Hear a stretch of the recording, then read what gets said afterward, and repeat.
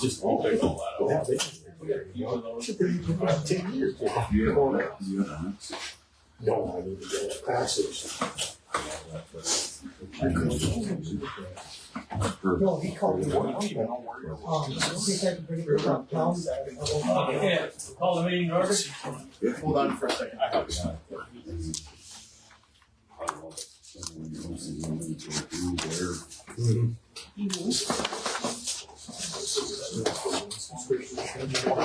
Yeah, we gotta do another one.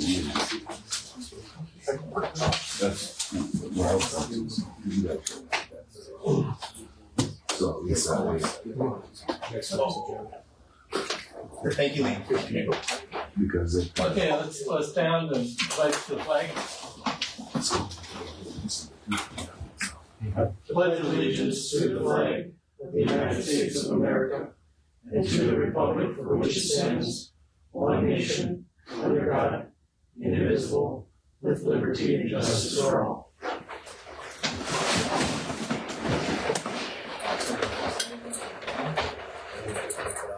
Okay, we have the agenda in front of us. A chance to look through it. If you need any additions, anything we're not going to do on here. Or okay to wait it. Move to approve. Okay, we have a motion to approve the agenda. Okay, I'll second it. Second, all in favor? Aye. Okay, approve the minutes from, let me see, August 12th. And the 28th. August 12th, and the 28th. Do we have those? Yep. Okay, we've got those. Okay.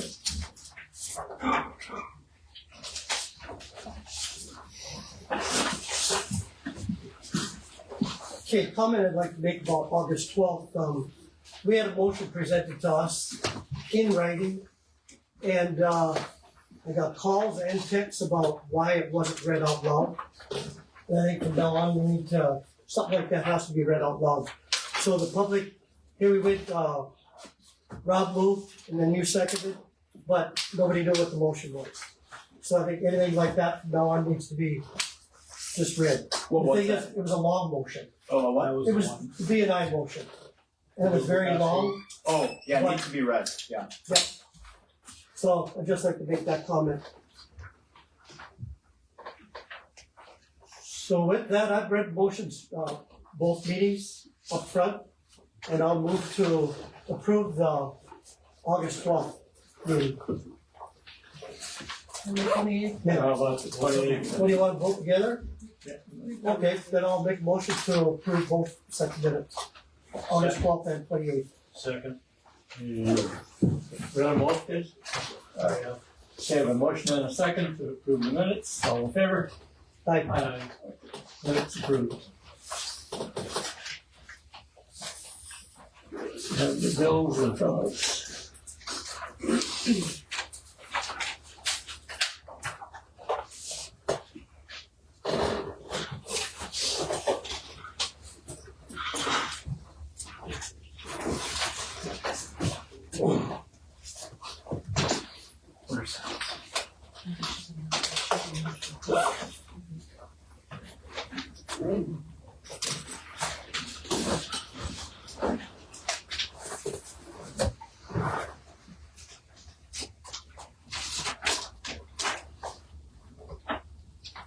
Bill for S&M Lawn Service, they've been doing some contract spraying for us. They're on the spraying road. for the county, they're spraying for the weed board, the road edges. And I Has can't, everything been sprayed that, They're still working on it, but they got a lot of it as far as noxious weeds for the weed board part of it. They've been spraying the whole right away, so. and I think he's gonna talk about it when he gives the road report too, Yep. for next year.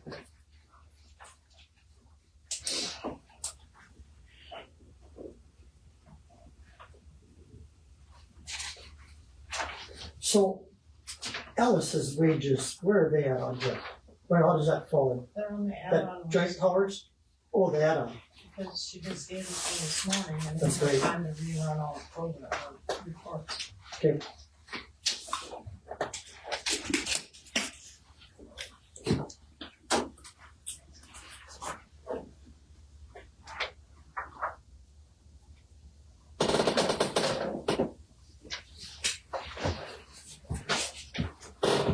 I believe you said that was 2,300 and, It's in the file right there, here's the green folder. okay.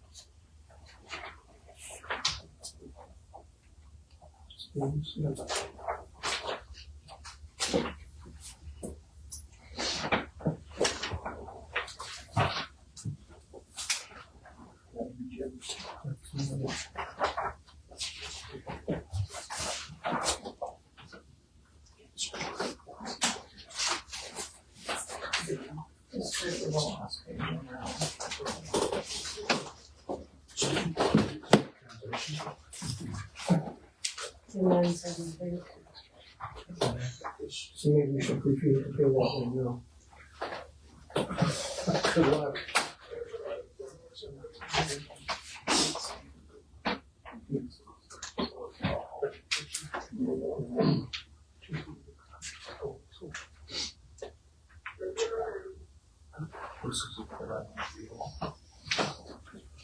$500 for shop supplies, but they get you other. Yeah, it's kind of like an extended warranty. I was wondering about that. What is exactly that? Sweeping down. No, I know, what I'm saying is, it's ridiculous. They do a percentage of the bill. That's what they're all doing.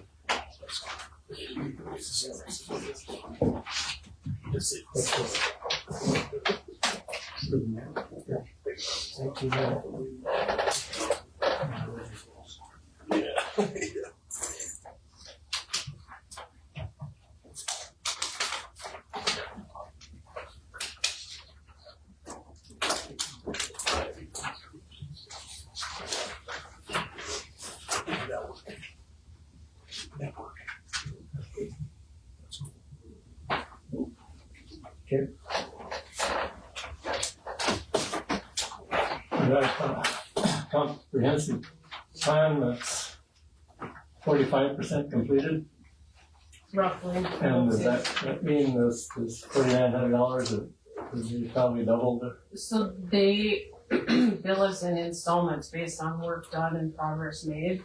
And the total amount was that roughly 59,000 is what you guys approved when we signed up for this. So they're just billing us based on work done, meetings done, work, like, I have probably monthly meetings with them, bi-weekly, and we do have a meeting with the steering committee on the 23rd. So we'll have our second meeting to start discussing progress on that some more, so. Location How long have you been working on that now? started probably April, May. I'd have to look. They projected 9 to 12 months Oh, of work to get it all completed. We're waiting on, results from that community-wide survey that was put out.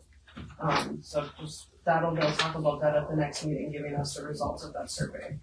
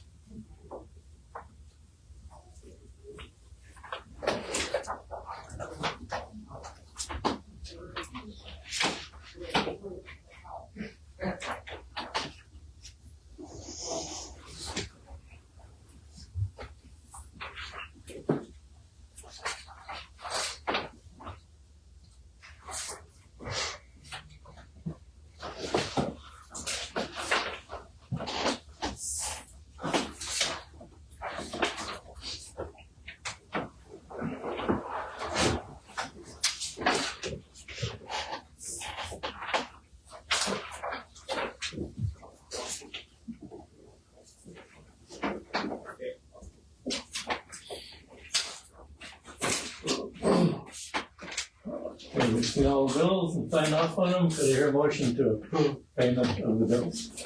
I'll make the motion. Motion, second. Second, we need a roll call vote on this. Aye. Aye. All in favor? Okay, pay the bills.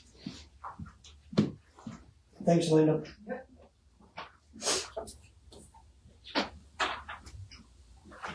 Jordan, next thing on. Jaden. Next thing on our list is public budget hearing. It's not till Do we one, need to? it's not till 1:20. Wait till 1:20. I was gonna So say. we have like Yeah. 5 minutes to talk about Okay, something what- else. Okay, let's go to the generator update on the other business. Okay, Denny's Electric called me on Tuesday. They were going to schedule work on the 16th and 17th of next week. Called them back. They said one of those days they would be shutting the power off to the building for 3/4 of the day. So I asked if we could do it towards the end of the week instead. So they're gonna come on the 18th and 19th with the power being shut off on the 19th since it's Friday. So just kind of giving you that update. That being said, we will essentially be dead in the water for 3/4 of our day. So just kind of keeping that in mind. We won't have phones, internet, none of that. So But it needs to get done, so is the generator here or what they will be bringing it? they will be bringing it. It's a 2-day process. They do outside work. And then on one of the days they shut the power off to install and hook everything up, and they're removing the old one from the boiler room. The new one will actually be outside on a concrete pad. Is it paid for? Yes. And NextEra did donate $25,000 towards it. So, Yep, we need to thank it for that, too, again. yeah, it has been paid for, and that donation helped pay for the majority of that cost. Yeah, we need to send NextEra, thank you. You certainly can. It's appropriate.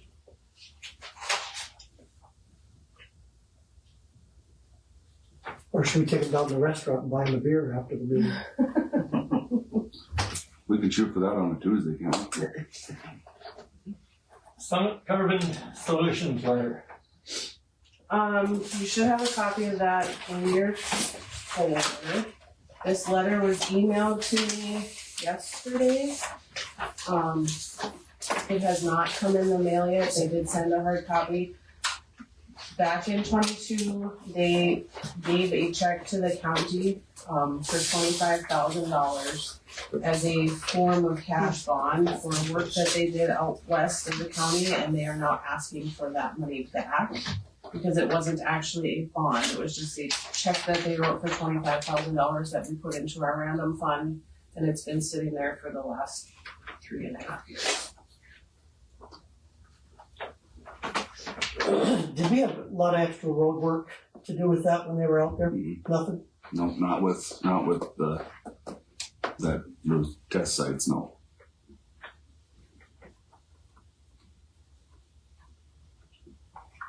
It's basically. So that's okay, go ahead. That's good faith money is what it is, right? I think so. It's been sitting in the random fund. Once it gets put in there, we can't use that money for anything unless it's specifically designated, whether it's a donation or something like this. Because this was basically here's $25,000 in case we do damage out there and we never had to use it, they're requesting that money back. I have a problem with that. Okay, so we don't need to act on this, all, it's just our information, right? Well, it's us cutting a Probably should check, approve so it, we right? probably should approve it. I'd move to approve that. I'll second that. Motion and a second. Any further discussion on this? Hearing none, all in favor? Aye.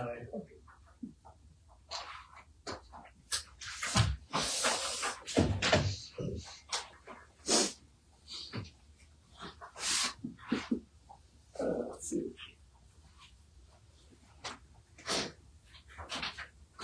So we're in the bottom, we got a couple minutes here.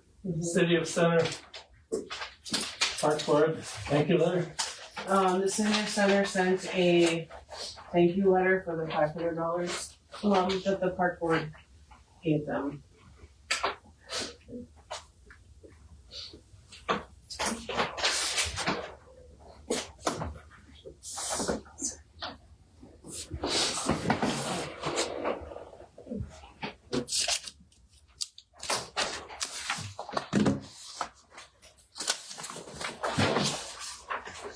About 9/11 questions and issues.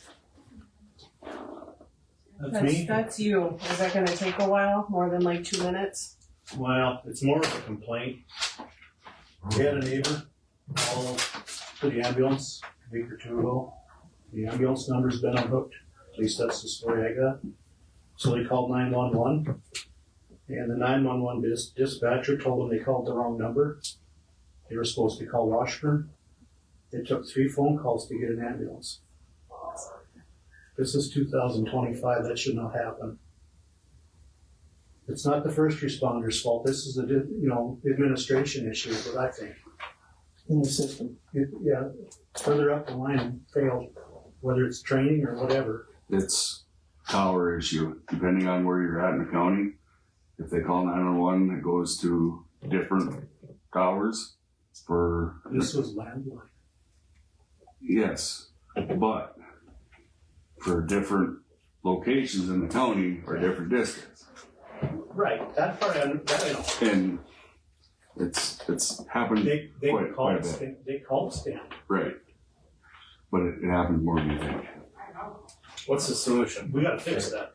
Bottom line is that they actually called Stanton, and Stanton told them they needed to call Washburn even though they were in all. Oh, the dispatch told them to call. It was Okay. dispatch here. What's the solution?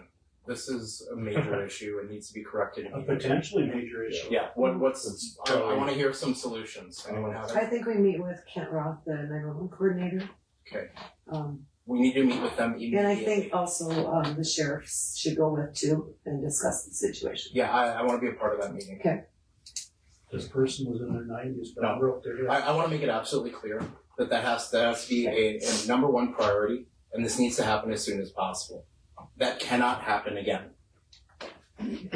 That's why I'm bringing it up.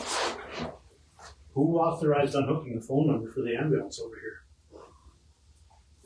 That would be the ambulance. We train them kids at school for generations to call a certain number and then you unhook the phone number. That's not cool. Jim, I want an investigation into that. Ambulance, because I don't I know. want to know how that got. Who unhooked it? Yeah. I need to know. can contest to that, because what was happening, fire department was the same way. We had a phone line at the fire department, volunteer, nobody's ever there. Right. So instead of calling 911, people were calling the landline to the ambulance or to the fire department, nobody's answering. Can't those numbers be rolled into 911? No, They can't? no. Because their landline to the departments are a non-emergency only. So, yeah, that changed about 15 years ago. Okay, yeah. Because my generation has still got it ingrained in their head. what number to Right. call. Right, Yeah. yeah, that's been out for 15 years ago because it's a non-emergency line and people were calling that versus 911. They weren't getting, I just thought it rolled into 911. But no, if you call 911, don't they direct you to where you're, I mean, The even dispatcher dispatch should is call supposed the to call the ambulance. ambulance. right. Yeah, I mean, that's a problem now. Which county received that phone call? Mercy. Mercer. All right, I'll address that with their state's attorney immediately. Want to make sure I understand. There was a phone number and it was disconnected. Okay. You're talking about for the ambulance? Yes. Yeah.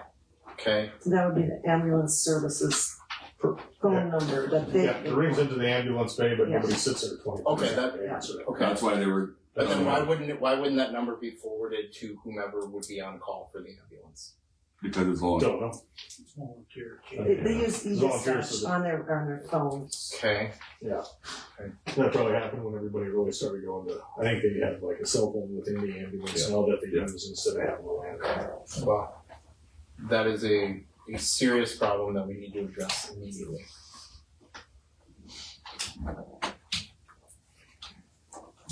Okay, do we need any more discussion on that, or are we okay to set up our meeting? Yeah. Okay, and who's going to be at the meeting? Who is going to be asked to attend? Who all do you want to? Well, so Alice, myself, I want the sheriffs, because they need to be made aware that one of our citizens called 911 dispatch and was told to call a different number on what's objectively an emergency. I want Todd there. Do you want Cantaloupe there, the 911 coordinator, Yes. and he oversees the dispatchers? Yep. Can you give me the date?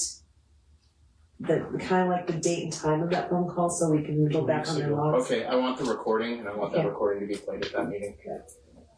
So I'll talk to I'll you get later you on. later. Okay. Okay. Public budget hearing. What's the process? We We're have just waiting people, for somebody if to, we have people here who have questions, you guys, if you have questions, we talk about it. This won't be like the final approval, that'll be at the October meeting. But yeah, any questions? This packet that I gave you is the estimated expenditures and revenues, it's beside you, Rob.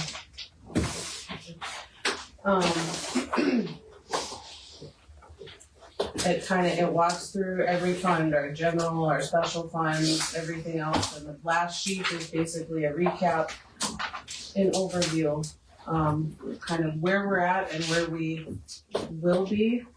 One note on the estimated expenditures, that is everything that everybody requested.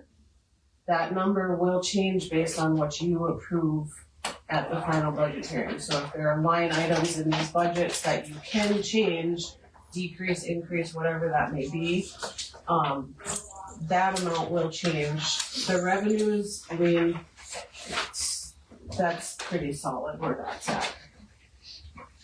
I mean, not as far as estimated goes. I can't throw $1 million in there because I do the property tax estimated, and that is both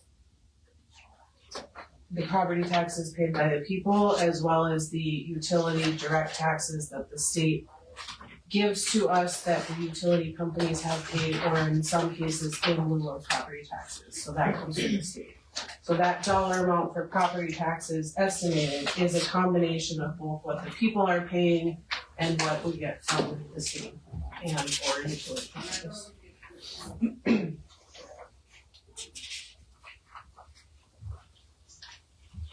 I guess if I could start out, I talked to Alice earlier. I'm wondering if, when you guys brought Alice on a little over a year ago, I think the talk was either she come every 2 weeks or once a month. And right now she's coming once a week. And she didn't think she'd have a problem with going to every other week if we're okay with that. That's what the workload is. Well, I think what it comes down to, if something does come up, they can still call her. She can address it over the phone, and if it's that serious, she said she could work it out to come down. So, you wanna say anything about it? Just that it's been very grateful that I've been able to be here weekly to get to know all the employees. So I appreciate everything she's gotten us, helped us get started, get straightened out. Did you have an updated sheet for the extension budget? Rick, NDSU, the higher ups finally got his half of his budget, so just to stick that into your binder of the extension portion. I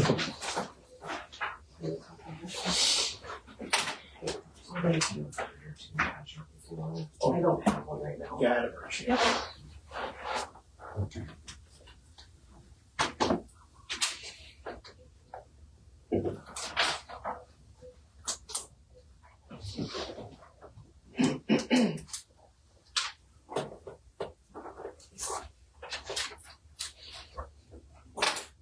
Is there anyone here that's here to discuss the budget? All right, everybody's as happy as can be.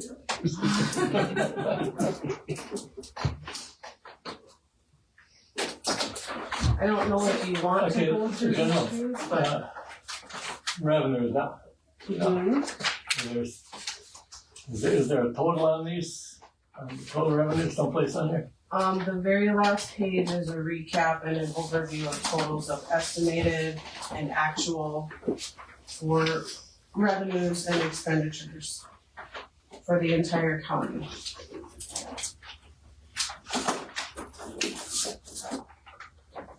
And then those sheets that Lynn gives you every month that have like the statement of fund activity, that is also your recap of what's actually in some of these funds also.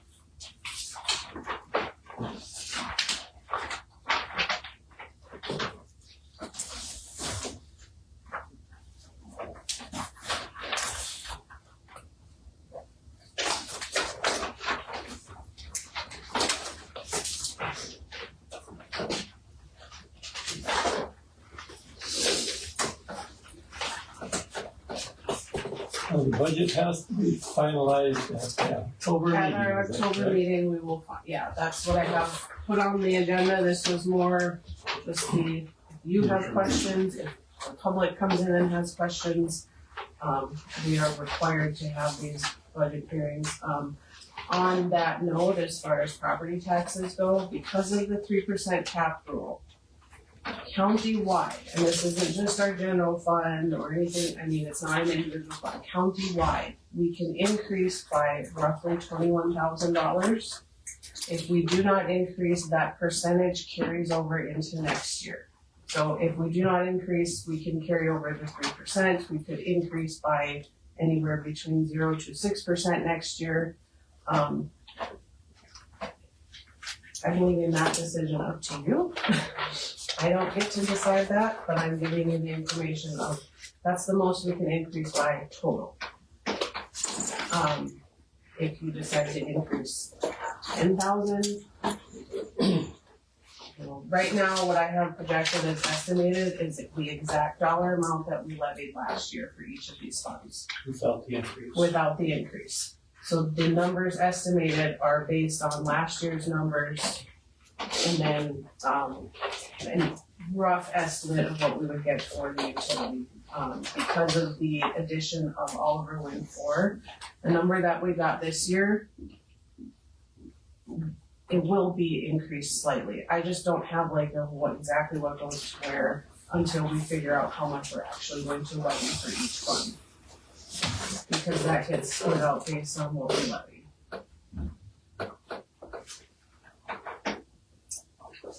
Just as a note, going through requests on our budget, totals compared with revenue, we're looking at somewhere around $1 million deficit from what's requested and what our projected revenue may be.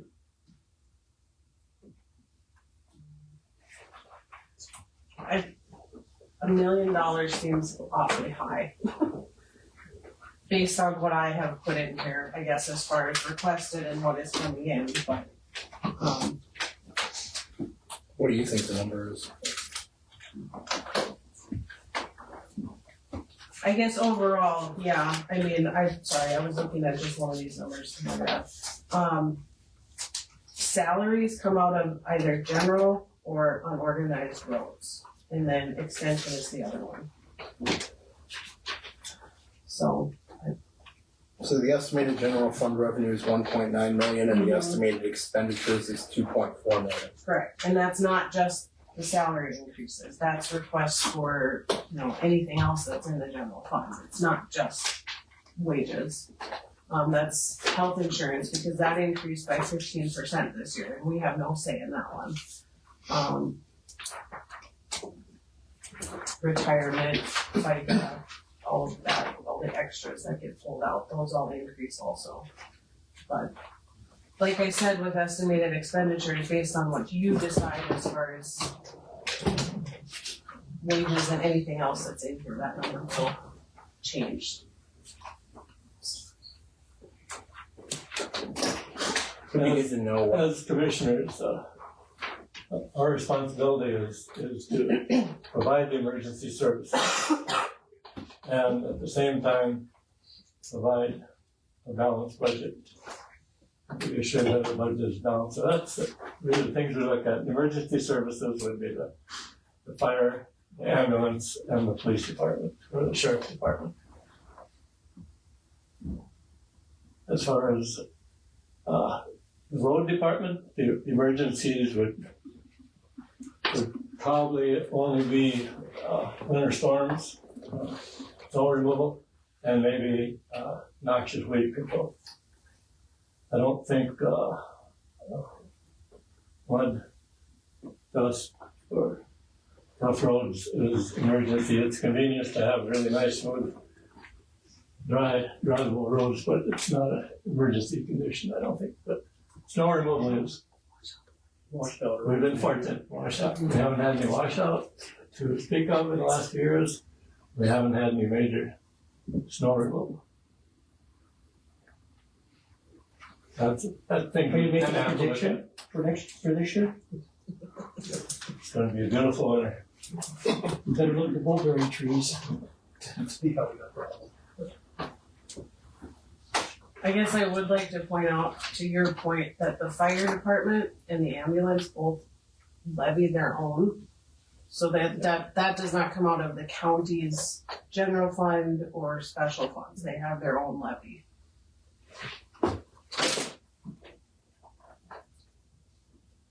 So the projected deficit, if these numbers are correct, is just over $500,000, is that For correct? the general fund. For the general fund, okay. And, I mean, if you look at actual in the last few years, I would say we do run a slight deficit. But we do also have carryover as far as that goes too. I mean, it's not like we're starting at zero.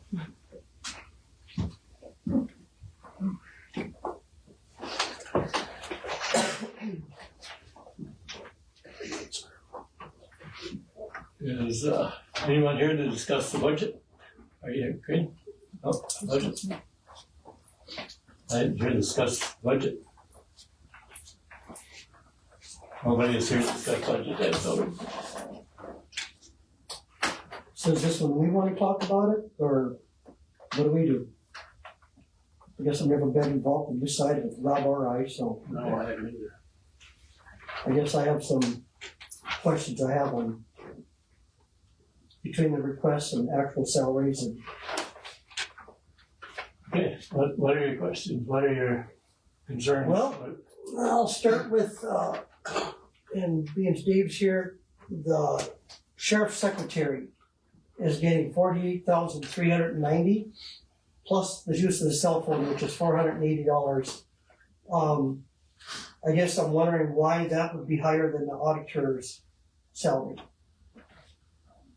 Do you have anything you want to say? But she's been here longer. Yeah, but the problem is we don't do evaluations. We haven't based any salaries on seniority. You know, I guess we do. I'm looking at responsibility, not the person, the job, and I'm Well, thinking. I would say she has as much responsibility. I mean, she's taking phone calls. She does pretty much what the dispatchers do from 8 in the morning till 4. So she's dispatching. Okay, but if I compare that to the auditor of the treasurer's office, you know, they're taking the same amount of phone calls, and you know, responsibility is there for the auditor. They've got to answer to everybody, the auditor's office.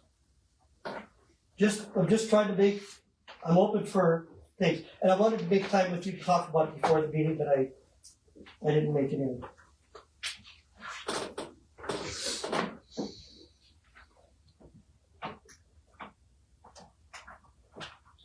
And there again, Patrick, it's not against you, but I'm not gonna get hung up. And I don't know if Rob and Lee have received how many comments, but if we give you a big bump, they're gonna hang me.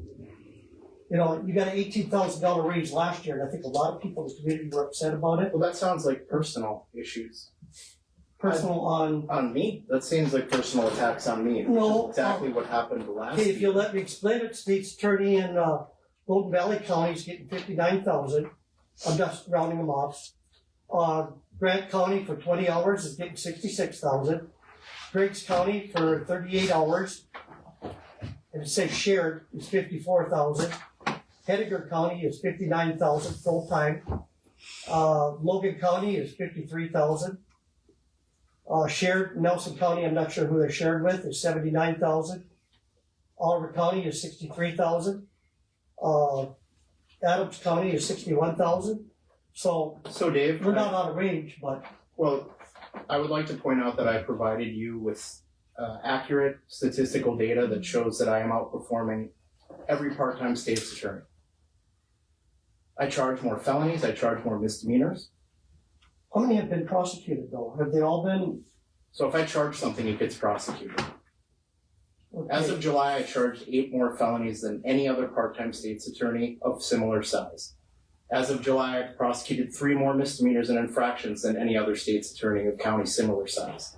As of now, it's even a greater disparity. Well, I'm just going off of what people say. Well, And the that- problem with that- doing what people say, Okay, Dave, let me finish, please. The taxpayers are the ones that are paying all our bills. And when they're calling me, and I don't know if you two want to respond, if you're getting calls, but I'm gonna bring it up. I gotta bring it up. That's my job as a commissioner to address some of these. So that's why I'm doing it. Sure. So if you want to compare apples to apples, I'm happy to have that conversation with you. If you want to turn this into a personal situation, I will not engage in that I'm conversation. not turning it in personally. That's My your- work product speaks you for right itself. Well, I'm advocating for myself as I should. My work product speaks for itself. The Well- amount of work that I do is greater than other part-time state's attorneys that make more than I do, and they are in the same county size. I have provided you with the objective data. So if you would prefer to take certain people's opinions who have a demonstrated personal bias against me that I have demonstrated openly in meetings, that's certainly up to you. However, I deserve to be compensated fairly with what the data shows, and I have provided you with that data. If you choose not to compensate me for what I'm worth with what the data shows, that's certainly your decision, However, basing it on what certain members of the community may have to say seems to me to be a non-evidence-based principle when you're compensating people for what they bring to the table and what they're worth. They are the taxpayers. And it's my job to listen to them, so I gotta bring it up. Well, you brought it Whether you up. wanna have a personal thing on me, that's okay. It's not a personal I've thing dealt with that on you. before. It's not a personal thing on you, Dave. I remember sitting here at the last budget meeting when one individual decided to come in and turn it into a public crucifixion of me. Well, but let's leave that alone. No, I'm gonna speak it out because you've now raised that same issue. The statements that were made at the last budget meeting by one disgruntled person were inaccurate and false. They were false statements made about me personally, and I see that is continuing now. So, the bottom line here is that I've demonstrated what my worth is and I've provided that information to you in objective data. You can do with it what you would like. I do not care what a small group of people may think about me personally. It's not a small group of people. I've told someone, come to the meeting. More gotta speak up. I can't speak for everybody, but Come on, bring it on. Okay, just to add to that, we did give you about 40% pay increase last year. And this year you're asking for, the way I worked out, about a 22% pay increase above and beyond, which I'm still the lowest we're paid looking at a part-time comparison of these 4 or 5 counties. Yep. And looking through a list of counties, there is as many as 18 we could choose from, but 13 would be realistic. Instead of handpicking 4 or 5, we could compare. So the reason when you're dealing with statistical data is you look for counties and you look for other data sets that are similar to the data set that you're looking at. That is what I did. I provided counties that are of similar size to Oliver County. You can't look at counties that are bigger or smaller. No, I'm not. I'm looking at 18 but size, right? Fairly close. Okay, well I provided you But with there's 13 up here that would be real close. Okay, well, I can't help it if certain members of the public have a problem with people being paid what they're worth. well, I think another part is, the benefits that go with the package That every other, are a big amount. Are they all paid full family health plans? every single employee in this county gets full health insurance if they're full. I'm talking other counties, because some of the commissioners I talked to, they're calling back part of their cash compensation with something to pay towards their family plans on their medical. Well, if that's the case, I suspect that those counties are paying their state's attorneys higher to cover for that, which I know for a fact. Because I've talked to them.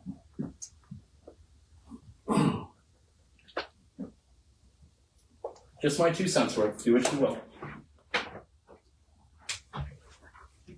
But I'm done having people accuse me of things that I didn't do. I'm done with people attacking me. It stops. Okay, as far as I can't go along with the suggested bump ups that's been brought to us. I won't go along with approve any bump ups in salary. And it amounts to $45,000 in that neighborhood of bump ups that have been requested. I mean, I'd like to give everybody everything they ask for, but we have a budget that we have to comply with. We have to balance. I'm not cutting anybody short, but the bump up is a good way of putting us in debt, because that bump up is something that increase that goes on forever. It isn't just this 1 year. Right. Over 10 years, it's $500,000.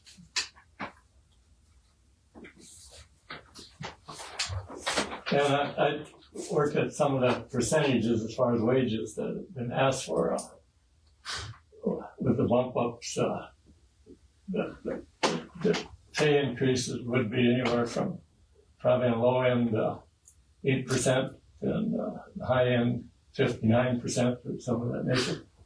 The bump ups. So I just can't go on with bump ups. I went strictly with that $1.50 an hour, which is listed here. The average increase would be anywhere from about 4% at low end up to about 7% on the high end, which that alone is a nice increase. That's more than almost anybody else is getting. Yes. What did the state, Alice, do you know what the state, 6. state was 6? I did some research and a lot of industries around here, anywhere from 4 and 8% wage increase. And we have to remember, we do compete with those other industries too, so. I guess another one I talked to was temporary road guy, Dennis. And I just mentioned, because he's only getting 26 cents less than the blade operators. And I mentioned that we probably wouldn't be giving him any raise at all. And he was fine with that, because he feels he's getting a very good salary. So we need to make a lot of cuts. The money isn't there. And so I appreciate Alice going along with it, Dennis. But we're gonna need others to help us out, because this isn't gonna work. Would be nice, but we can't do it. We just can't do it. Well, and another thing that hurt was the 15% increase in the health insurance this year. And then you got that 3% cap, that just, right there, you're in the negative.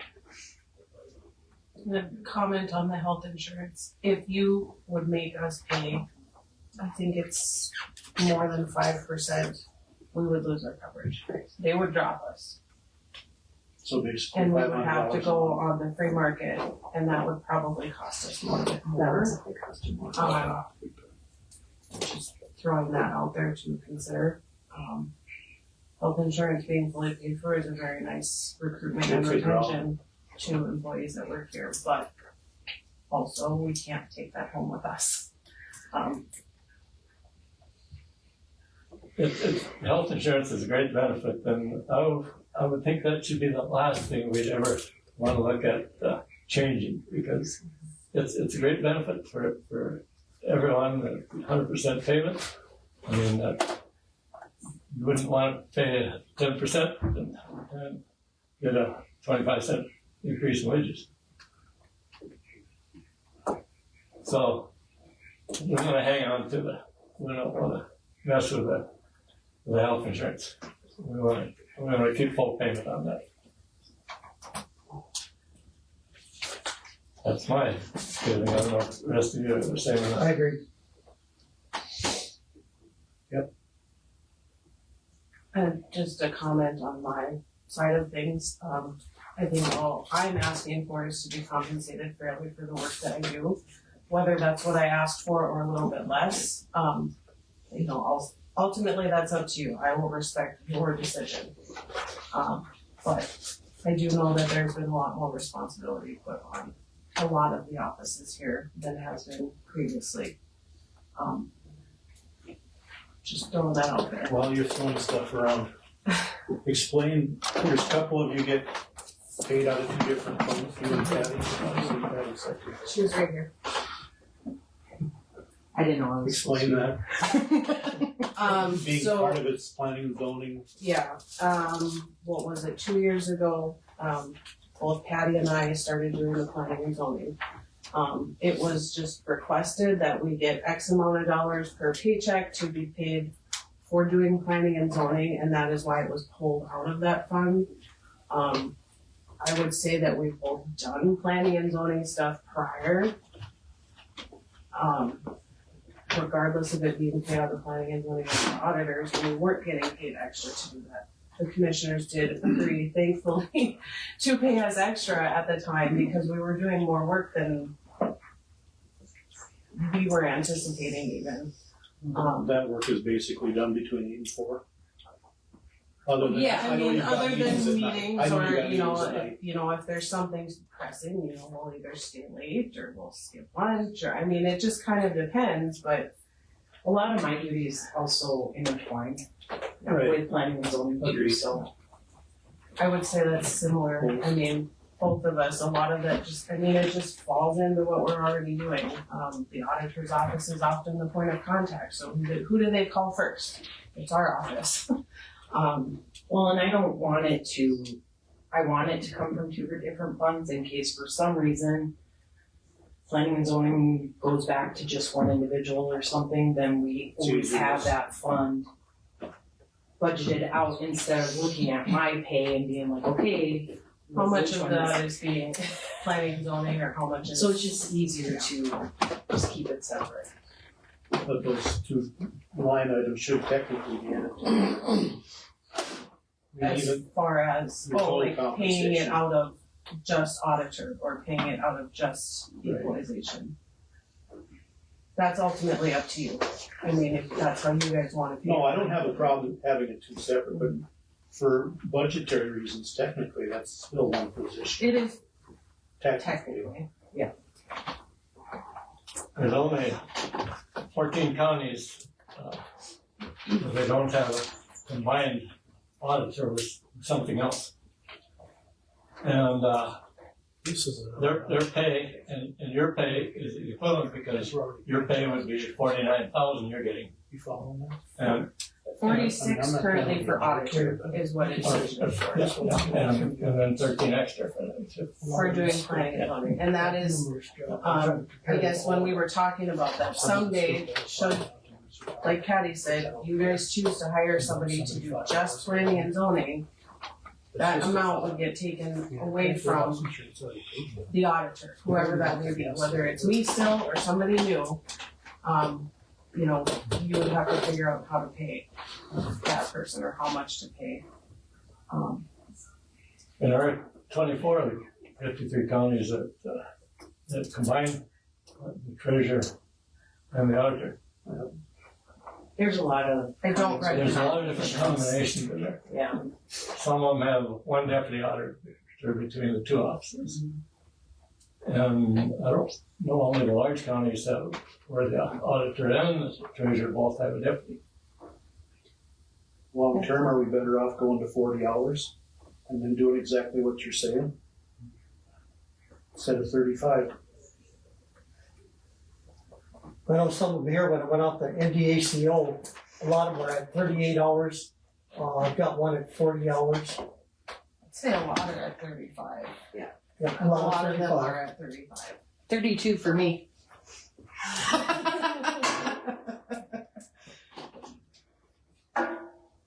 So there's a lot we take into consideration when it comes to budget time. That's the thing we have to look at. We want to give you all we can, but there's areas where we have to limit. I think there's probably some line items, not wage wise, that need to be looked at each of the budgets also. Are there ways we can cut some of those line items also? I was looking at trying to figure out Patty's. We have lots of different numbers on.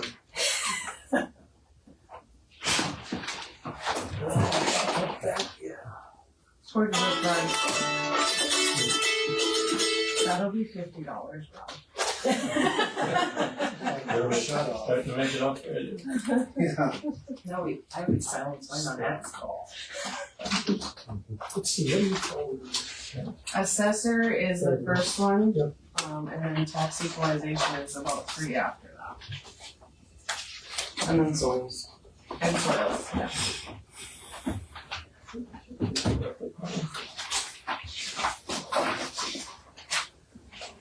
Here's.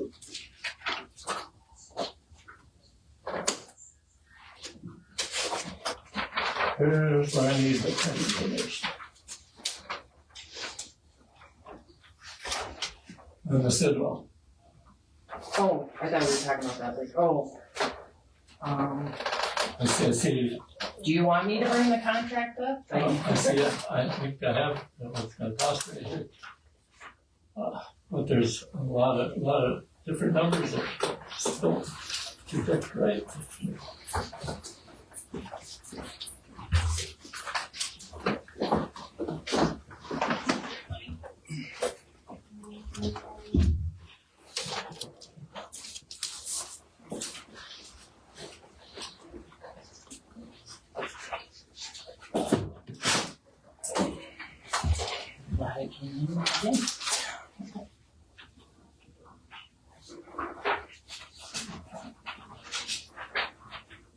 Okay, why don't I start out, well, go ahead.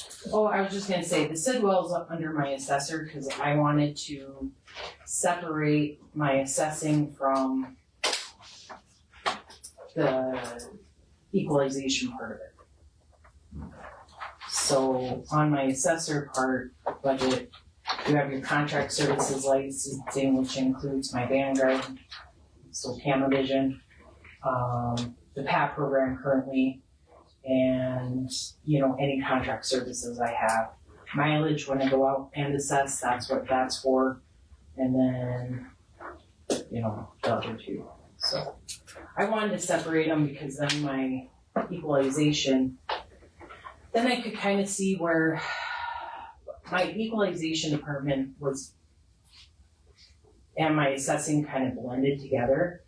And I wanted to be able to verify when I'm actually going to a conference. I'm going to use that as the director of equalization, or the equalization part. When I'm assessing, I want that mileage to be counted more, you know, in my assessment part. So that's why we made another account.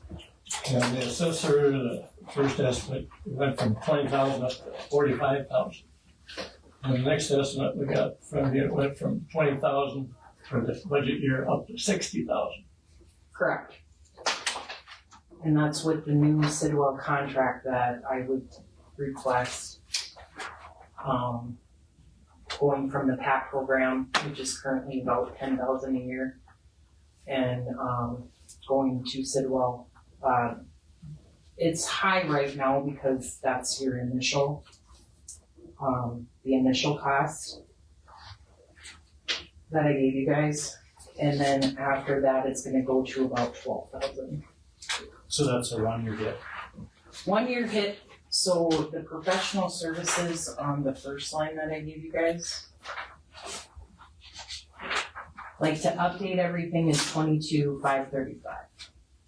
That's my first year, that's my initial year. So that includes your implementation, your, you know, maintenance services and all those costs. Database development, that's where a huge part of it is coming into, because they're going to take all updated sort of data and combine it, put the parcels together, everything like that. So the first year, which would be in 2026, would be 22,535. Why do we need this? Because I'm a one-man show and GIS is big with my job. Right now, my PAC program, I'm not saying he doesn't do a good job, but it takes me a long time to get information I need.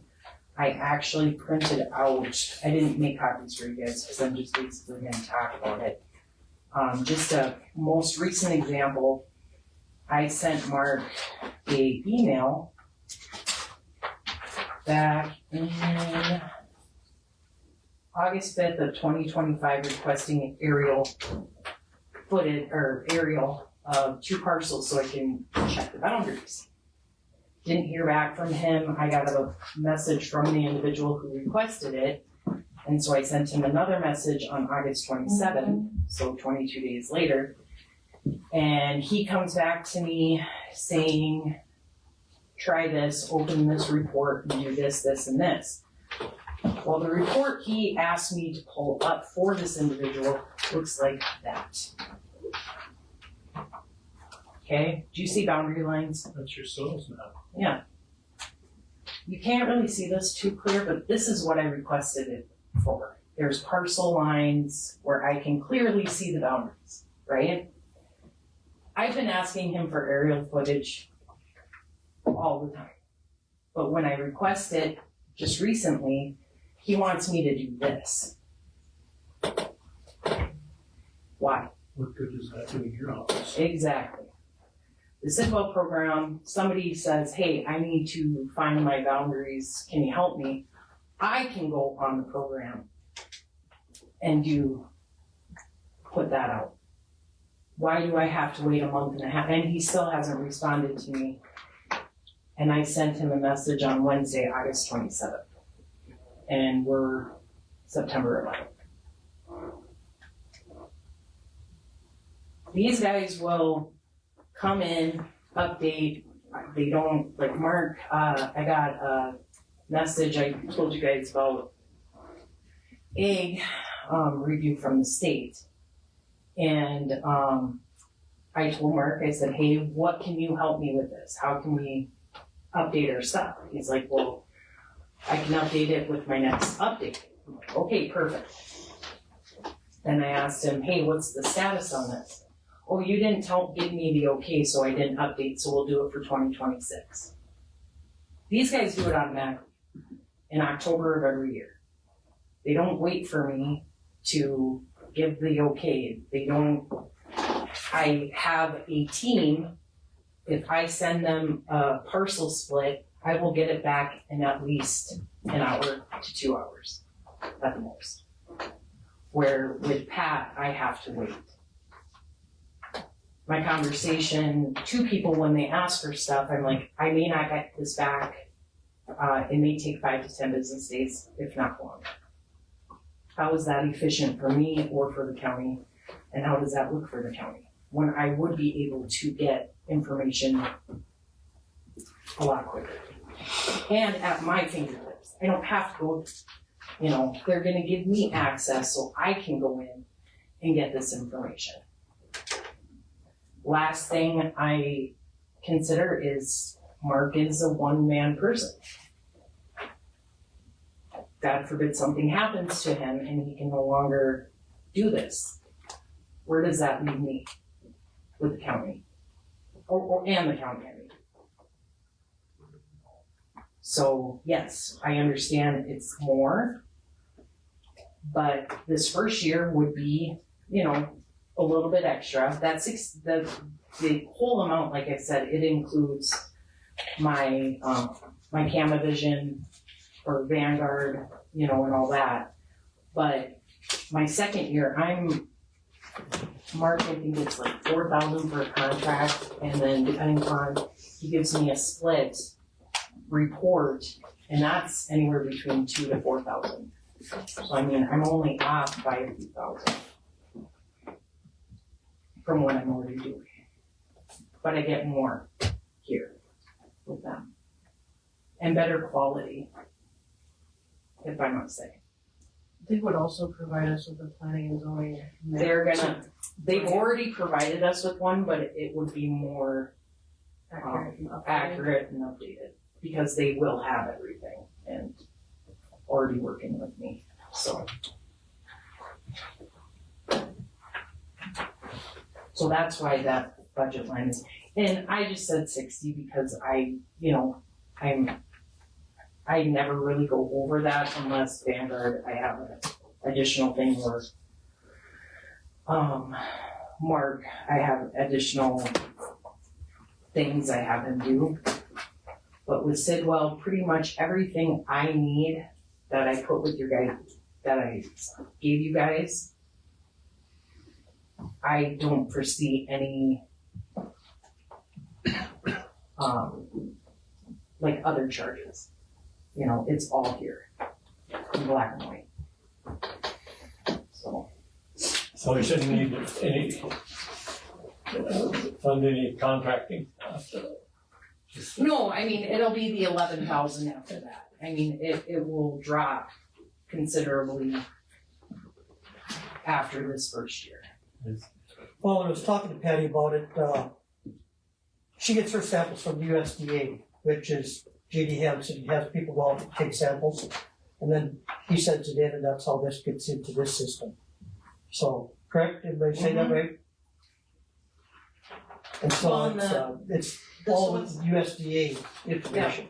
And the soils will be updated more. I talked to a few, at my NDA double conference, I talked to a few tax directors who already use Sidwell, and they're very pleased with them. And their software and how they respond to things, so. Like I said, on my two concerns with Sidwell and our PAP program right now is efficiency, and again, he's a one-man show. So what's gonna happen? So. And Sidwell will also, with their updates, continuously updating every year, because we hadn't updated for a long time, and that's why the state came in and said, hey, you guys gotta, update your stuff. And I never had to do that process before, and Sidwell's like, we do it every year. So that will actually help us keep our records updated, our soils updated, revenue, or, keep everything going. So. Appreciate you explaining that. You guys. So do we talk about? I had a conversation with her about it, trying to figure it out. Yeah, appreciate you explaining. Yep.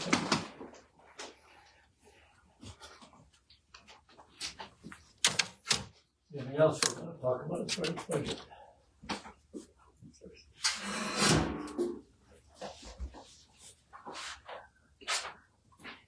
Okay, we're done with the budget sections.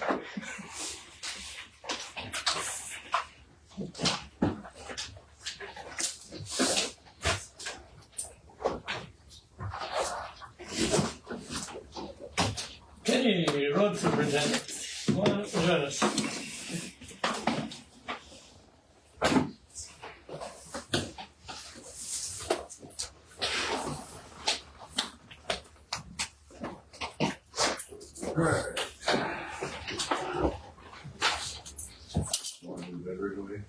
You do too.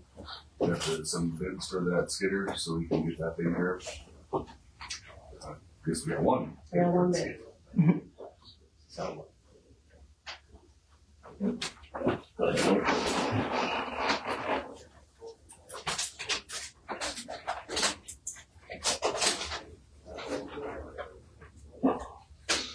Oh, it says Dave Berger for $5,000. Maybe not. Dennis Beckman bid $20,900. That's on a 3-year-old skid steer with 200 some hours on it, correct? 312. Got a twisted body. Can you repeat that? 20,900? Yep. Dennis Beckman.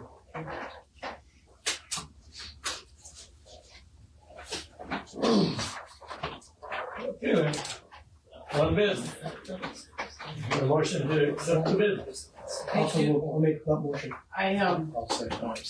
I do have this waiver of and release of liability that we did say we want them to sign. So when he does come and pay, we'll have him sign this. That's okay, I have a motion. Motion to accept the bid from Dennis. I mean, motion second. Motion second, any further discussion? I think as long as the waiver gets signed, we'll do it. Takes any liability. Anything else we need on that? Okay, he picks it up that Yep, shop he'll as soon pick as it he up at the pays for it. shop. Yep, after we, he works there, but I still want a copy of the receipt and make sure it's signed, so we have it. Did you want to talk about the Titan thing at all? Yes, well, since we're on that, This is part of it. We have a vote on that Oh, first. Please. Okay, you have further discussion on it, or we go to the vote? That's something different then? yeah, Okay, that's something different. kind of combined with different. Okay, hearing no more discussion, all in favor? Aye. Thank you. so back in July, we had the morning of, we talked about purchasing that cat skid steer. I contacted Titan to make sure we were free and clear. 2.5 months later, we get a bill from Titan for the work that they performed to try and make the skid steer right. I think it was just shy of $16,000.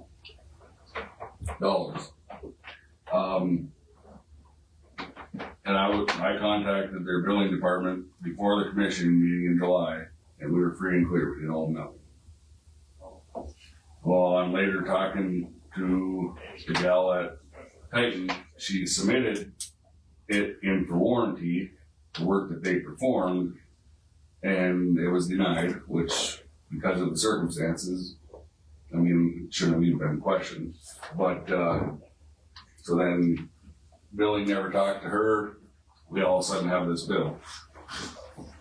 I kind of went around with her a little bit because I didn't feel that we should be stuck with this bill when we did our due diligence to make sure it was paid. You know, everything was covered, and we were told by Titan that it was free and clear. However, after talking, I talked to Dave. I did call Rob and let him know, and I called Titan and talked with them, and their GM agreed for us to pay half. So it ends up being, did they send a copy yet? I haven't seen one, Yeah, but 'cause I haven't- Linda might. Yeah, I haven't got one either yet, but it would be like between $5,000 and $6,000 total.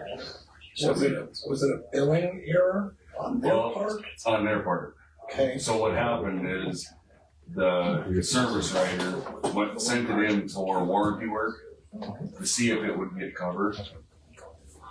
Billing department had no idea of it, supposedly. So when I called and talked to billing to make sure we were free and clear before we purchased this other skid steer, they told us we were free and clear. 2.5 months later, I get a text saying that you owe this much from the service writer because they denied the warranty. Okay, so it's not the repair, people that did the repair, it's not their fault. Right. It's the fact that insurance denied the claim. Right. Yeah. And after talking with the service writer and she talked with the GM, because like I said, I didn't feel that it was all on us. And they agreed to cut it in half, so we're responsible for half. I would recommend that you accept that. I can explain why if you like. Right. I guess when we talked to her, they did the labor. Yeah, and that's We can't say they didn't do anything. Yeah. And so justly, when we talked, I told them, I think we had to accept it, but we had to bring it up here. No, and I'll be frank with you, you know, that we, simply because someone makes a representation on what a third party does or doesn't do, if it's out of their control, I don't think it's unreasonable for them to expect to receive some sort of payment. And I told them, there's no denying that they did the labor. They took all the parts off because it didn't fix it. So it's just the labor portion. No, from my perspective, they're being honest. So Okay, we'll probably need a Motion? motion I'll on make that. that motion to pay that bill Second. to Titan.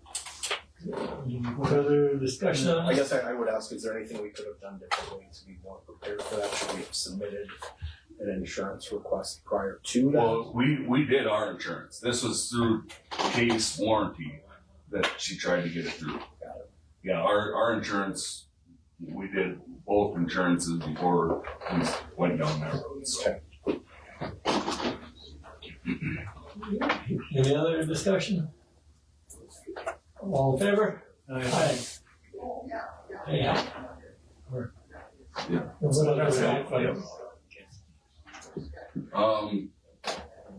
Section line. I got a couple people that are, one person did, buy some property out by you, by the cemetery. And they're gonna be wanting to use the section line for getting into their place. Are we going to be responsible for graveling and fixing that up to the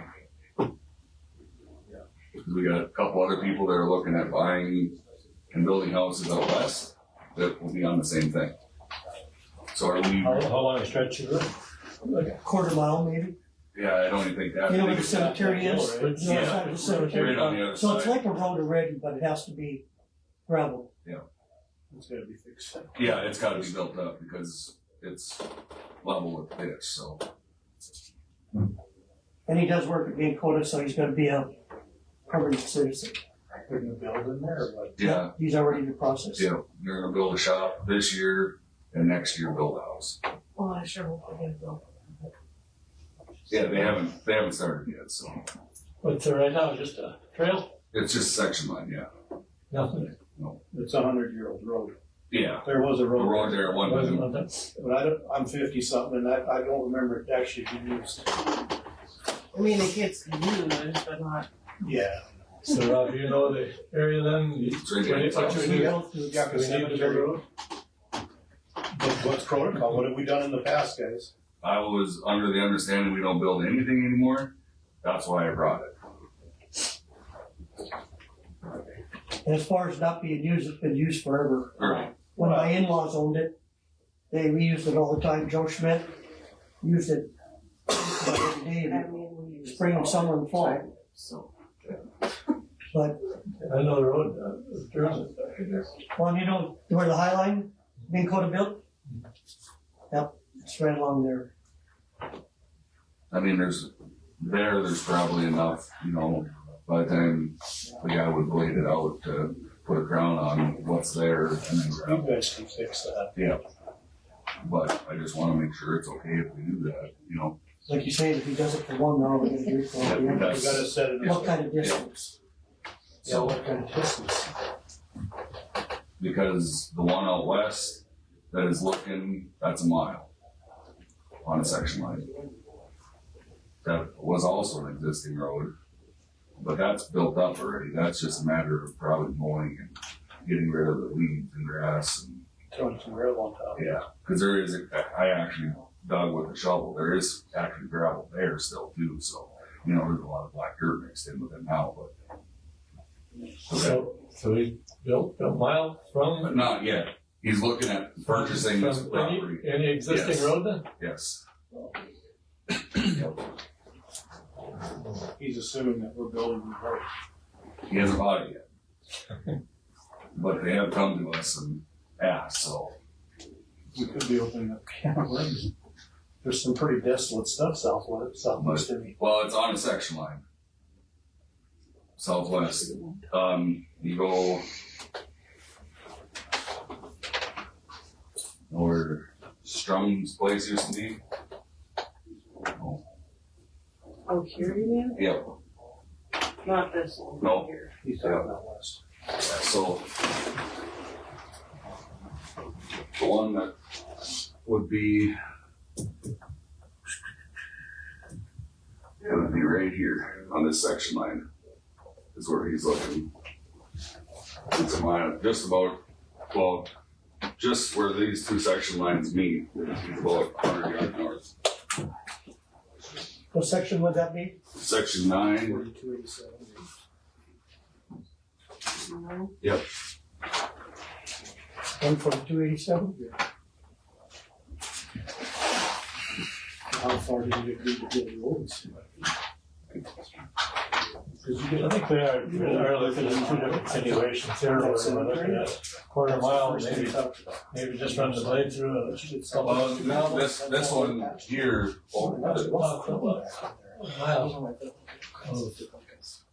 that one used to be a road too. So that one's already got ditches and everything there. So if it's a section line, we have to maintain it all the time too, that. So section, Here's Kurt Swenson's.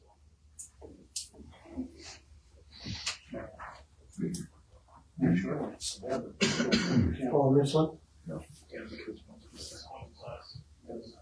So it actually come in off this road here. And this used to be an old road. It used to, because there used to be a farmhouse here. Where this guy looks at mine. And this used to be a road down to here and then back out to this spot. So just, Rob and I were just talking about this, I wanna make sure I understand. So, the section lines and the responsibility of the county to maintain them, or in this case, it sounds almost like to build them, right? Well, this was an existing road. Right. No, I understand, but like we're talking about, Yeah, making it usable again. right, and it's for, the purpose of it is for One home. right? Yep. How many other situations are we gonna have where this is gonna pop up again? I mean, right now, people call because they need to get farm equipment in or whatever, we end up leaving the section line too, so. And it's definitely a necessity, you know, it's important, but But that's why I brought it to you guys gotta make that. We'll establish some precedent, right or wrong. what's the downside if it doesn't happen? Well, Is if he doesn't, if we don't do it, this one isn't purchased yet. So I suppose it kind of depends on us whether or not it goes through. Didn't you guys deal with this about 4 or 5 years ago with the Johnson land out there where that outfit came in and wanted that land for hunting? What did the county do? And that's what I, We refused to build a road. Okay, and that was out of section line, correct? You're talking about Jerry Weber. Yep. Okay. But there was no road there. That was There was just nothing. flat dirt, where here at least both of them are somewhat of a road. And I think we had another one here last year where we had a young individual southwest part of the county. Remember, he built his own approach onto the county road? But he did it himself. But that wasn't in 200 yards probably is all he built. So, Yeah, that's all this is, a I think the one by the Yucca Cemetery will be, couple hundred yards, and it's Yeah. off the section. Yeah. well, by the so I second- mean, it will just go up to his turn where he turns off. The rest is on him. And either or place.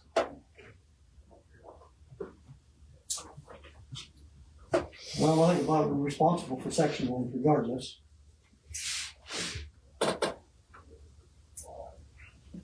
If he's gonna have 8 kids and bring them to our school district, this is a plus. But that might not happen. Like that, though. That's the other way, good. Yeah.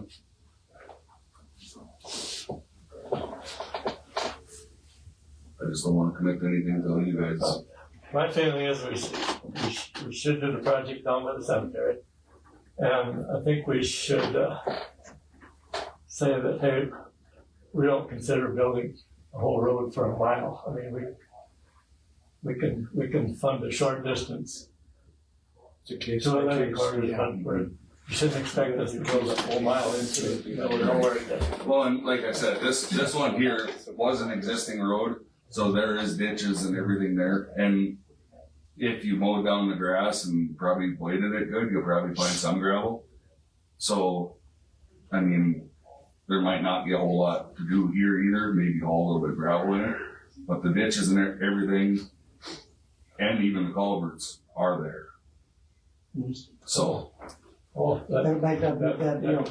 that's different now. so, cause like I said, there used to be a farmstead back here where the guy used to live, and that's the spot he was Oh, looking he's to gonna purchase. build? Yeah, cause the houses are gone, the basements are still there, but there's a well and everything there, that's why he's. It's just a quarter mile, that's what we'd be responsible for. This one's just about 3/4 of a mile for that one. But it's just cutting and blading and gravel. Yeah, cause that one does have shoulders and everything, cause like I said, it did used to be used for the previous owner.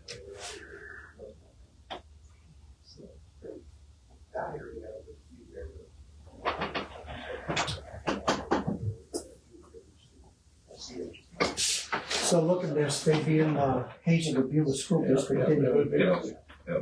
So they want that idea. Don't worry, I'm keeping the county strong with mine. I still got 12 years. We should probably okay it because we don't really wanna make decisions that discourage people And- from entering counties. And like I said, that one's not set in stone yet because he hasn't bought it. Let's toss around the idea, and I told him I'd bring it to you guys, and we can go from there. So maybe tell him we'll consider it, Yep. once he does his building permit, his, We'll consider it, yep. conditional use. So I'll make the motion for Matt McCormick, I believe it is, on the cemetery one, right? Yep. But, I'll make the motion to do that quarter mile, or it's gonna be less than a quarter mile. Yeah, it's just on the other side of the cemetery. I think 100 feet from the fence. So Okay, we have a motion. Cemetery road, I'll second the thing. and a second, any further discussion? Hearing none, all in favor? Aye. Aye.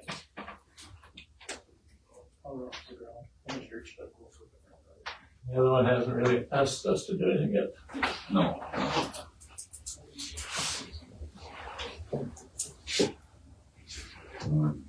Jim? My turn. Tom, you can slide a chair up, back and forth, don't get in table in front of I forgot that one. No, it's a good question. Tim, what do you have first?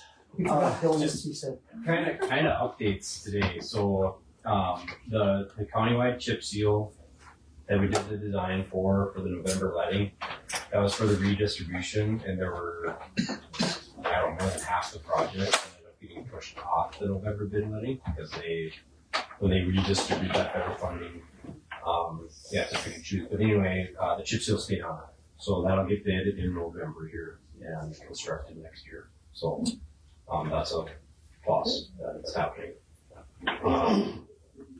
The next update would be the flex fund application for the BNI road.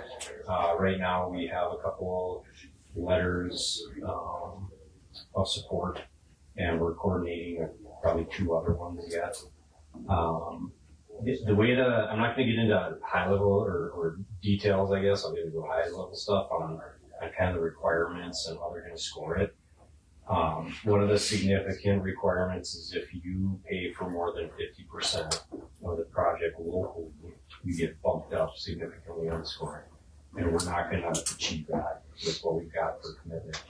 BNI did commit to paying 20% up to $600,000, so it's a significant commitment by them.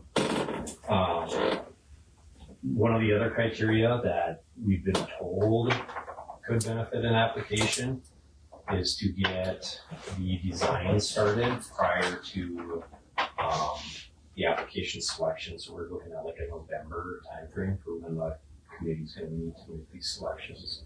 So I talked to Dave about this a little bit. It might be beneficial to get, if it's kind of self-serving, I know it sounds that way, but it might be beneficial to get an engineer on the contract to do at least some preliminary stuff. The preliminary stuff would be cultural review and some survey, because getting out there in the field this time of year is way more beneficial than the winter, obviously. And then we could show on the application that the county has moved forward with some preliminary engineering.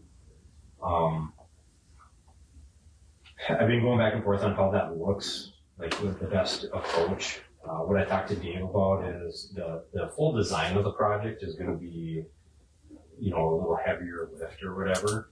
But what we could do is just do the field work up front, push pause on the design, wait till we find out about the selection, and then depending on how the selection goes, determine how to move forward at that point. If we're going to kind of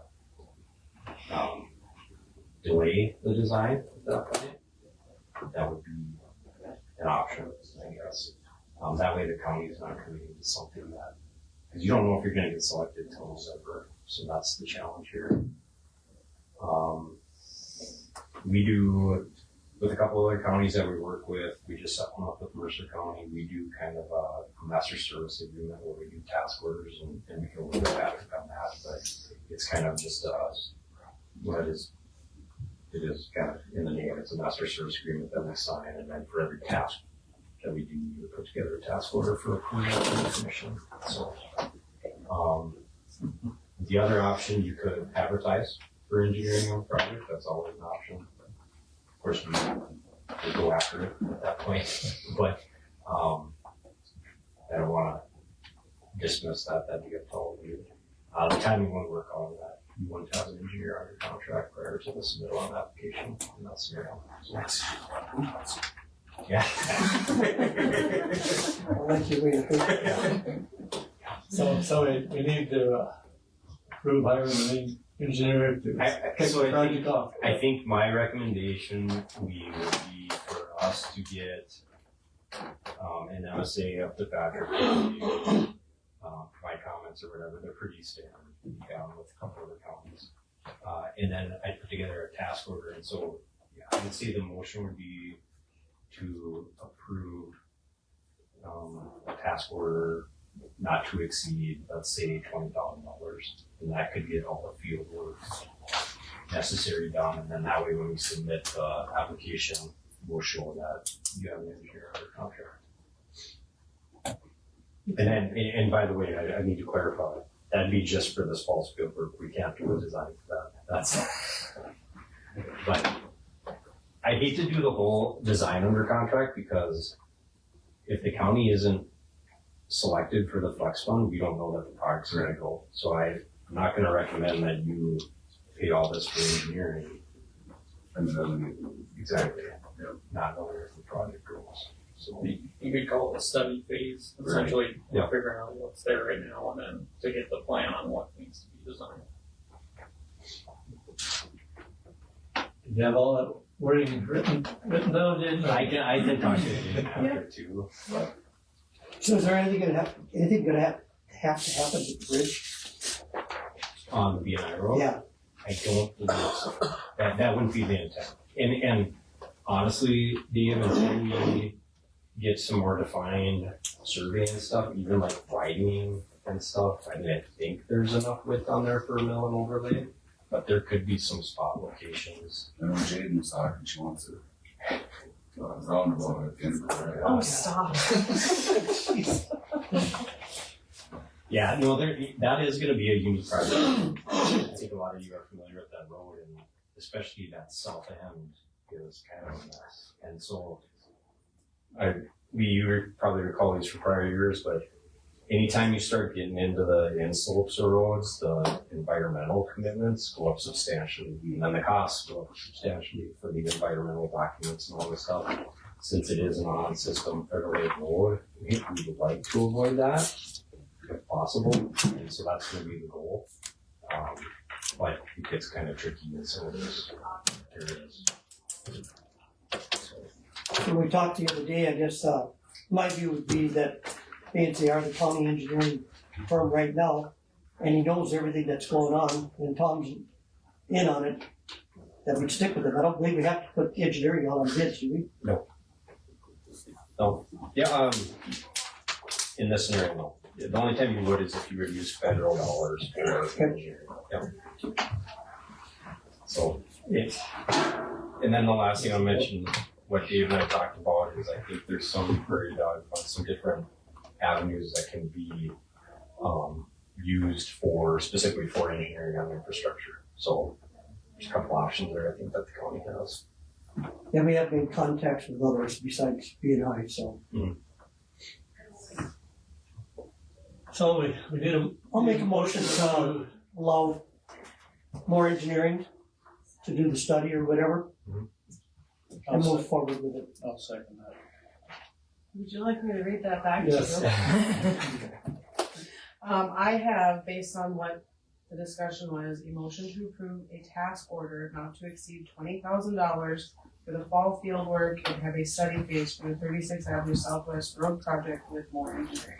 Does that sound accurate? Sounds very accurate. Okay. Okay, we have a motion and a second. Any further discussion on this? Hearing none, all in favor? Aye. Okay. I think those What are- else? Those are my two big That's should be updates. all we got. Yeah. For now. So Yeah. Tom, next time you're in charge of doing this. We've been across the countryside today. Sounds like excuses, man. That's why we're adjusting through this time, because we had a different meeting. Oh, so you wouldn't dress nice for us? No, that's exactly what I said. Noted. Yeah. I'll get you that.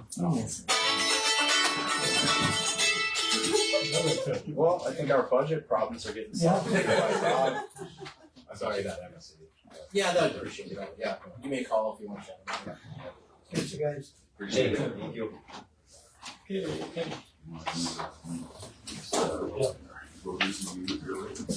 We'll come up, Kyle.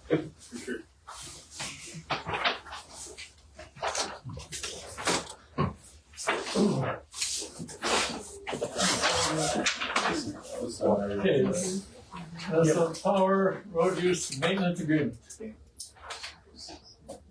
All right, the copy that you guys have in front of you is, there was no changes or any objections from our legal or municipal power. Okay. So, all that was added was to have more engineering and basically do the road survey and, us to fund that after it's billed to you guys, I guess, was the only understanding, billed to you guys, and then we pay that invoice basically. That was my understanding as well. Okay. Patrick, you read through this? Yeah, I drafted it. After I wrote it up, then Patrick reviewed it and Yep, we got lots of made it feedback. legal, so none of us could understand. We got lots of feedback from several people, including yourself on that, so. Yeah, apologies for the delay here, we had a change, one of our lawyers went somewhere else that originally reviewed it, and so no one had to start over, but got there and he agreed with all of your edits and, like the way it was written, so, thank you. Thank you. And this is still for the same road, correct? 32nd Avenue South for us. It's just from the highway, from 25, okay, or something. And then we'll have going around with this time. At this time, I think we should probably, I would say that we figure 32nd Avenue Just either. to the T and actually go back to the Big Road. I think for our review and everything, let's document it. As you've seen already, we've had some problems of people going too far. I would rather spend the money up front, So, take on that maintenance through that section. we're missing some language in here. Oh, Mid-construction inventory. Mid-construction injury is missing. Yeah, looks like it's been left out here. We have the pre-construction, post-construction, but the mid-construction inventory. apologies on that, it must have been quite, but he didn't object to it, nor do we. Okay. So we'll have to get that. I think I passed back. have that copy saved with the mid-construction that I had originally sent you, so. Yeah, he had a question on it, so that might have been why, and I explained that we tentatively agreed to it. Okay. After talking to you guys and Jim, just because of the duration of the project, we needed that midpoint. So Yeah. we agreed to it. Okay. You had canceled. Okay. Yeah, let's get. Right. Can we take a recess so we can get clean copies of this? I will get clean copies printed out. Okay. Hard time about no donuts in there. No. You didn't make representations about how you dress nice when you come see us. So. I was gonna comment, I was out there yesterday, there was no use in beer in the fridge.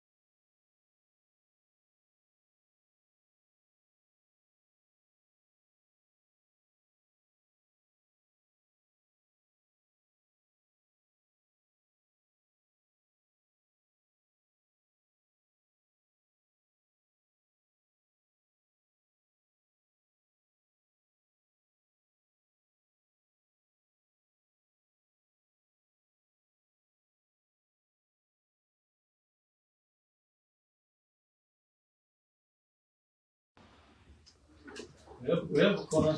Okay. All dressed up. Yeah. When you want to go sit up there for a while? Yeah.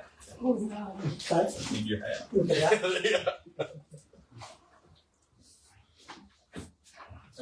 There's a motion to approve the road use agreement. Okay, I'll second that. Okay, we have. Any further discussion? With the corrected language that includes the mid-construction inventory, right? Yes. Page 4 of 8. Yep.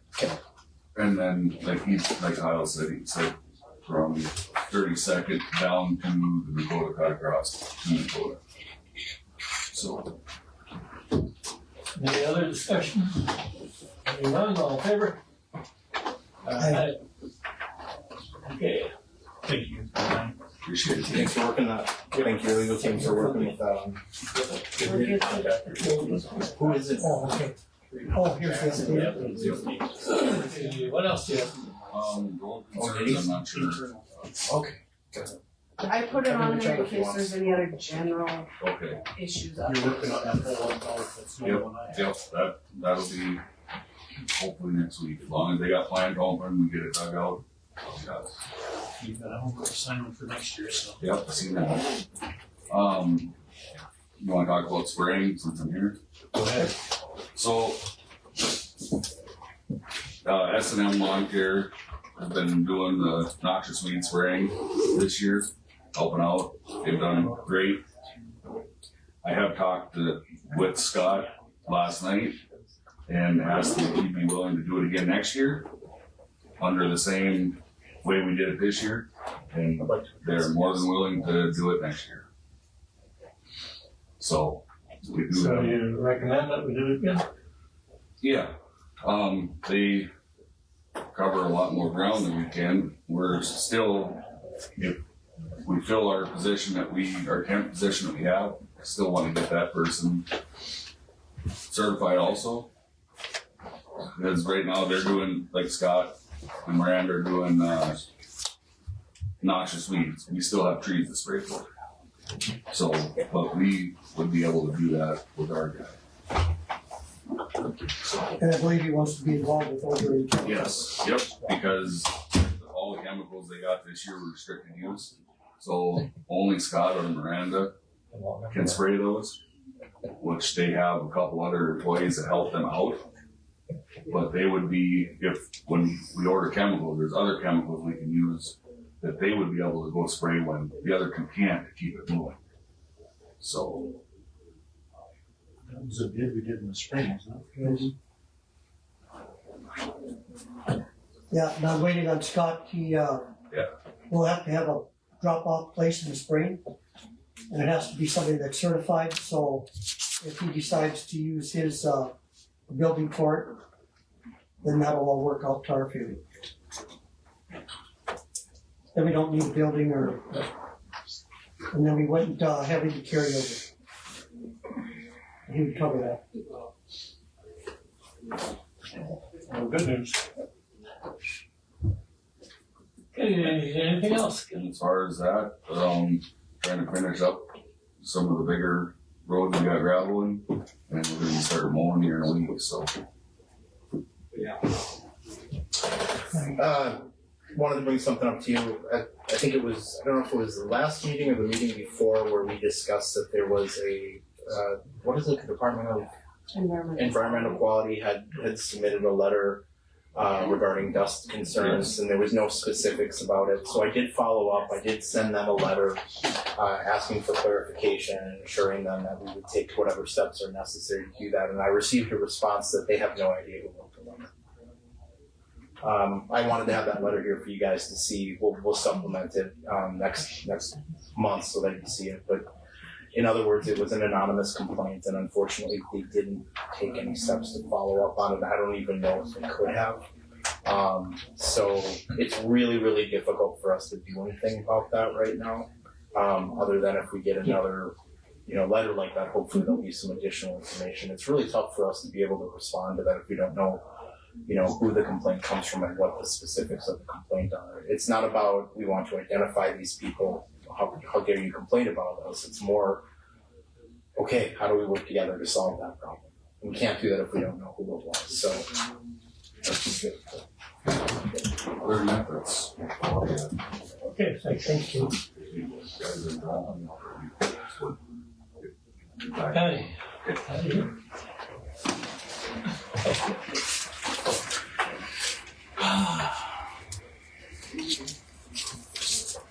Tax equalization. Well, I already talked about Savell contracts, so if you guys have any questions, I can answer them. If not, I just like I need to get it signed so I can keep these numbers. If you guys want to allow me to have it, I need it signed so I can lock in my contract. It's not starting until 26, but if I can at least get it signed When would the money be due then? in Jan, I mean, it would start in January. Nothing would take place until, and I asked him that. So nothing until January. So we need a motion to approve the contract, civil contract. That was 22. That was, Sorry to interrupt, guys. Here's that letter, that my letter to them, their response letter, regarding the environmental quality. Not that it's a huge deal, but I wanted to get. yeah, it's the first year, 22,535 is what they quoted me on. And then 11,888 for the second. So, and then every year we'll just have a new contract and I'll bring it into you guys. So, Sandy, what town is it? Budget season? Budget season. I'm already have less hours than Look, most. just keep getting your phone ringing, okay? Yeah. That's all you need. Goes right into the general fund. What's his number? Let's all call him. No, I should have. We need a motion for that? Did we have a motion yet? I lost track of it. I'll make the motion. I'll second that. Okay, we have a motion and a second to approve the civil contract. Any Who's the further dollar discussion? amount again, Patty? Hearing none, all in favor? Aye.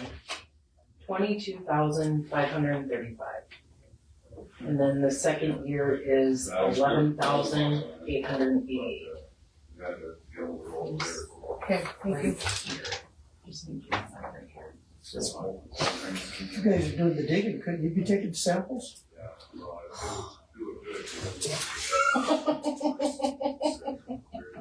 don't think I've ever met anyone who's as good at volunteering others to do work as you, David. Alright. Planning and zoning, already ready for that. You done with tax? Yep, that's all I needed. Okay, planning is on. So with planning and zoning, first one, building permit for Dorothy Dewar. Her garage is up. But we have the, so we approved it with no penalty. It's just a detached garage. I'll move to approve that. Second. Okay, motion and a second, all in favor? Aye. Aye. We need to sign this. Yeah.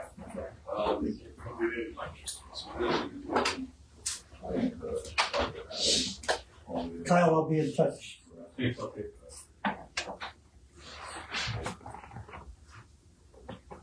Thank you.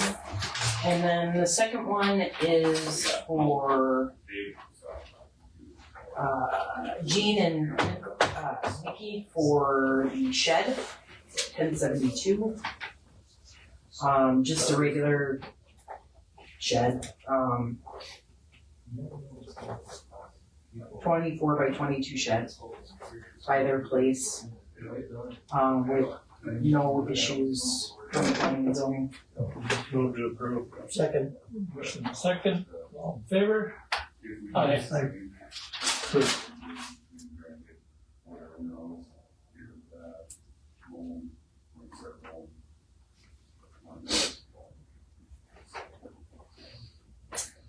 The next one I have is Lacey Minor. She actually is just gonna be right, she's Greg and Diane's daughter.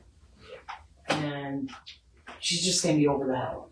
So she said she needs some sort of space in between her and her parents. So they didn't need a conditional use because they already had 3 acres already designated for residential. And she is within that 3 acres.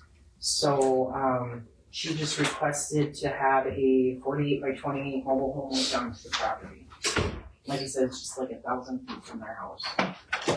From Reagan, Planning and zoning, had no problem with it. no issues.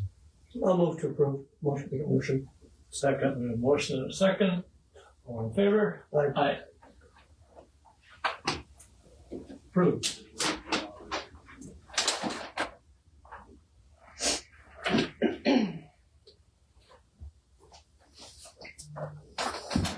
And then we did do the wind ordinance, first reading last time. Everything was approved. Did you figure out if you have to? I have to read it. I have Patrick. I do have to read it. So, she does it because she's the speed reader, so. So, okay, yep. And go. Okay. I will begin the reading of the wind energy facilities. The regulations set forth in this chapter are designed to govern wind energy facilities within the jurisdiction of Oliver County, North Dakota, with the intent to minimize impacts on agricultural operations, environmental resources, public safety, and community welfare, while prioritizing the interests of Oliver County residents and landowners. 30.1 General Provision, 30.1.1 Public Notification. Following submittal of an application for a conditional use permit for a wind energy facility, the applicant shall send certified mail notice to all owners of record within a 2-mile radius of the project site boundary that a CUP application has been filed with the county. For purpose of this subsection, owner of record means the owner identified by the county treasurer to receive the real estate tax statement. The notice must be sent within 15 days of filing the CUP application. The notice shall inform the recipient that the CUP application will be available for review at the county courthouse. Proof of mailing, including a list of notified property owners and copies of the notice, shall be submitted prior to the public hearing for the CUP application. 30.2 Standards. A wind energy facility shall comply with the following standards. 30.2.1 Appearance standards. Turbines shall be installed in tubular monopole type towers. Wind turbines and related towers shall be painted in non-reflective, non-obtrusive color. Wind turbines and related towers shall not display advertising except for reasonable identification of the manufacturer or operator of a wind energy facility. Buildings and related structures at wind energy facility sites shall, to the extent reasonably possible, use materials, colors, textures, and locations that blend the facility into the natural setting and existing environment. Wind turbines shall not be artificially lighted except as required by the Federal Aviation Administration or other applicable authority. 30.2.2 Construction and Maintenance Standards. The location and construction of access roads and other infrastructure shall minimize construction to farmland, landscape, and agricultural operations upon Oliver County. The applicant shall promptly replace or repair all fences or gates removed or damaged during all phases of the wind energy facility's life with new materials unless otherwise negotiated with the affected landowner. When installing a gate where electric fences are present, the permittee shall provide for continuity in the electric fence circuit. The applicant shall ensure that following construction, all county roads are repaired or restored to condition at least equal to their pre-construction state as inspected and approved by the county engineer. The applicant shall comply with state and local overweight load permitting processes for NDCC Chapter 39-1. Conditional use permit does not exempt the obligation to obtain overweight load permits via the load pass system. The applicant shall avoid promptly repair or replace all drainage tiles damaged during any phase of the project unless otherwise negotiated with the affected landowner. The applicant shall comply with the North Dakota Public Service Commission's tree and shrub mitigation specifications. The applicant shall provide the county with a copy of the applicant's NEPSC approved tree and shrub mitigation plan to demonstrate compliance. The applicant shall implement and maintain erosion control measures throughout construction to prevent soil erosion and protect water quality. These measures shall include but are not limited to silt fences, erosion control blankets, and other best management practices as approved by the Oliver County NRCS and Soil Conservation District.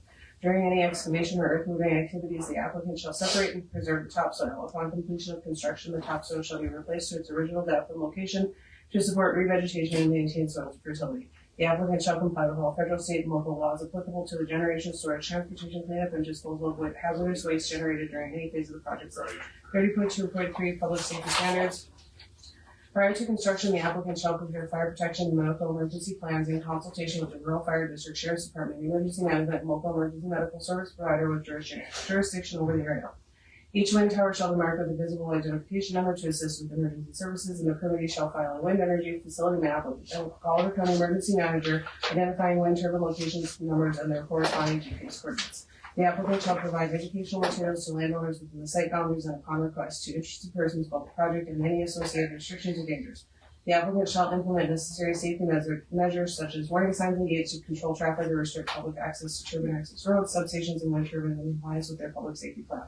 Within 24 hours of an extraordinary event, including but not limited to fires, tower collapse, thrown blades, collector or feeder line failure, or injuries to workers or private persons, the applicant shall notify the Oliver County Emergency Manager. Within 30 calendar days, the applicant shall submit a report detailing the cause and steps taken to prevent future occurrences. Speed limits shall be enforced on all access roads and within the wind energy facility site with appropriate signage and monitoring to ensure compliance. 30.2.4 Collector System Standards. Electrical lines, collectors, and communication cables shall be placed underground to a depth of at least 4 feet on private property within or adjacent to land necessary for wind turbine access roads unless otherwise negotiated with the affected landowner. Overhead collection facilities may be permitted where necessary. Overhead feeder lines shall not be placed on public road or drainage easement rights of way. On private property, feeders shall be placed per easements negotiated with the affected landowner. Request to replace feeder lines on public rights of way require approval from the governmental unit responsible for the affected right of way. The applicant shall comply with all federal, state, and local laws applicable to the generation, storage, transportation, cleanup, and disposal of hazardous waste generated during any phase of the project's life. 30.2.5 Turbine setback standards. Setbacks shall be measured as the horizontal distance between the turbine monopole and any object. Each wind turbine shall be set back from the nearest occupied dwelling, commercial building, publicly used structure or facility, or state and county park, a distance not less than 1 1/4 mile, 1 1/4 times the height of the turbine, or 1,320 feet, whichever is greater. Each wind turbine shall be set back from the nearest interstate, state, or county road, above ground communication or electrical lines, or railroad right of way, a distance not less than 1.1 times the height of the turbine, plus 75 feet from the center line of the existing right of way or object. Each wind turbine shall be set back from all section lines, a distance not less than 100 feet. Each wind turbine shall be set back from the wind energy facility perimeter, a distance not less than 1 1/2 times the height of the turbine. A variance may be granted if an authorized representative of the applicant and affected parties of adjoining properties will associated wind rights sign a formal binding agreement supporting a reduced setback. The Board of County Commissioners may require the permittee to avoid sensitive sites within Oliver County when granting a conditional use permit. 30.3 Minimum ground clearance. The blade tip of any wind turbine shall at its lowest point have a ground clearance of no less than 70 feet. 30.4 Financial assurance. The applicant shall comply with the North Dakota Public Service Commission decommissioning regulations under ND Admin Code Chapter 69-09-09. The applicant shall provide the county with copies of the applicant's decommissioning financial assurance and decommissioning plan filings to demonstrate compliance. 30.5 Road use and maintenance. The applicant shall enter into a new road use agreement with the Oliver County Board of County Commissioners, specifying the use of road grade gravel tested and approved by the Oliver County Road Superintendent. Prior to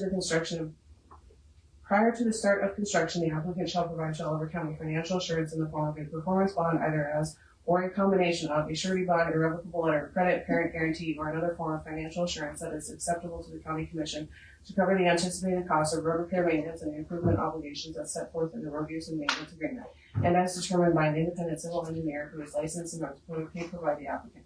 Roads shall be maintained during construction, operation, reclamation, and any maintenance activities until all work is completed and approved by the Board of County Commissioners. The load pass system shall be utilized for all heavy haul loads as set forth in the road use and maintenance agreement. The applicant shall provide the road superintendent with a copy of the load ticket for each load of gravel or materials transported. Dust control measures, including the source and location of water used for dust control, shall be identified and approved by the Oliver County Road Superintendent. 30.6 Water usage. Compliance with state water permitting. The applicant shall comply with all applicable state water permitting requirements under NDCC Chapter 61-04 and North Dakota Administrative Code Chapter 89-03 for the extraction of surface water or groundwater for project-related activities, including but not limited to dust control and weed control. A copy of any required state water permit issued by the North Dakota Department of Water Resources shall be submitted to the Oliver County Planning and Zoning Board as part of their building permit application. Notification requirements. Prior to extracting water from any creek, dam, or other surface water body within Oliver County, the applicant shall provide written notification to all landowners with water use applications submitted to the North Dakota Department of Water Resources for the affected water body. The notification shall include the description of the proposed water extraction, including the purpose, estimated volume, and duration. Contact information for the applicant and Oliver County Water Resource Board for submitting comments or concerns prior to drilling any wells for project-related water use. The applicant shall notify all affected landowners as determined by the Oliver County Water Resource Board and the Oliver County Water Resource Board in writing. Notification shall include the proposed well location, purpose, and anticipated water usage. Proof of notifications, including a list of notified landowners and copies of the notices, shall be submitted to the Oliver County Water Resource Board and Planning and Zoning Board. Water usage fee, once a water permit has been obtained from the state, the applicant may be subject to a regulatory fee to cover the costs of monitoring and managing water resource impacts and is determined by the Water Resource Board. The fee shall be reasonable and directly related to the administrative costs of water resource management as approved by the Oliver County Water Resource Board. Identification of water sources and wind towers. The applicant shall submit a water usage plan identifying the sources and locations of all water to be used for project-related activities, including dust control, weed control, and other purposes. The plan shall include precise GPS coordinates, latitude and longitude in decimal degrees for all wind towers within the project. The location and description of all water sources, including surface water bodies and wells. The water usage plan shall be submitted to the Oliver County Water Resource Board and Planning and Zoning Board as part of the building permit application. Pump labeling. All pumps used to extract water from permitted surface water bodies or wells shall be clearly labeled with the name of the owner or operator, the company name, the state issued water permit number is assigned by the North Dakota Department of Water Resources. Labels shall be durable, legible, and affixed to the pump in a visible location to facilitate compliance monitoring by the Oliver County Water Resource Board and other relevant authorities. 30.7 Weed control. The Oliver County Weed Board shall be consulted to address weed control on all properties included in the Wind Energy Facility Project. The applicant shall implement and strictly adhere to a weed control plan approved by the Oliver County Weed Board. The applicant shall provide all chemicals required for weed control outlined in the weed control plan and apply at their own cost during the construction and for the life of the project until decommissioning as per the weed control plan. Fines shall be levied for failure to comply with weed control requirements as determined by the Weed Board and enforced by the Board of County Commissioners, consistent with the provisions of Section 18.3 of this ordinance governing enforcement. If Oliver County determines that there has been a violation of the requirements in this section of the ordinance, the applicant shall be provided with written notice of the violation, including a specific description of the noncompliance. The applicant shall have a reasonable amount of time from the date of notice to initiate such action required to address the noncompliance and shall continue to pursue such action through completion using diligence and commercially reasonable efforts. If the applicant fails to address the noncompliance within a reasonable amount of time, the county may take further action as provided in the ordinance. 30.8 Reclamation and reseeding. All property disturbed by the wind energy facility shall be seeded with appropriate species approved by the Oliver County NRCS and Soil Conservation District. The growth of vegetation must be established and approved by each affected landowner. Reseeding shall be performed as needed to achieve satisfactory growth. Upon termination or abandonment of leases or easements, the permittee shall comply with all NDPSC requirements for restoration of property. 30.9 Additional application requirements. In addition to the general materials required for a conditional use permit application, following shall be submitted. GPS coordinates of wind towers. The applicant shall provide precise GPS coordinates, latitude and longitude in decimal degrees for the proposed location of each wind turbine as part of the permitting process. These coordinates shall be included in the wind energy facility map submitted to the Oliver County Emergency Management Planning and Zoning Board. Electromagnetic interference assessment. An assessment of microwave signal patterns in the project area shall be submitted prior to construction. The assessment shall provide baseline data to determine whether turbines cause disruption or interference with cell phone, television, radio, computer, satellite, or other electronic transmissions. The applicant shall mitigate any interference caused by the facility within 30 calendar days in compliance with the Federal Communications Commission regulations and federal, state, or local laws. Archaeological resource survey and consultation. Unless under the purview of the North Dakota Public Service Commission, the applicant shall consult with the State Historic Preservation Office to determine if an archaeological survey is recommended. If recommended, a qualified archaeologist shall conduct the survey.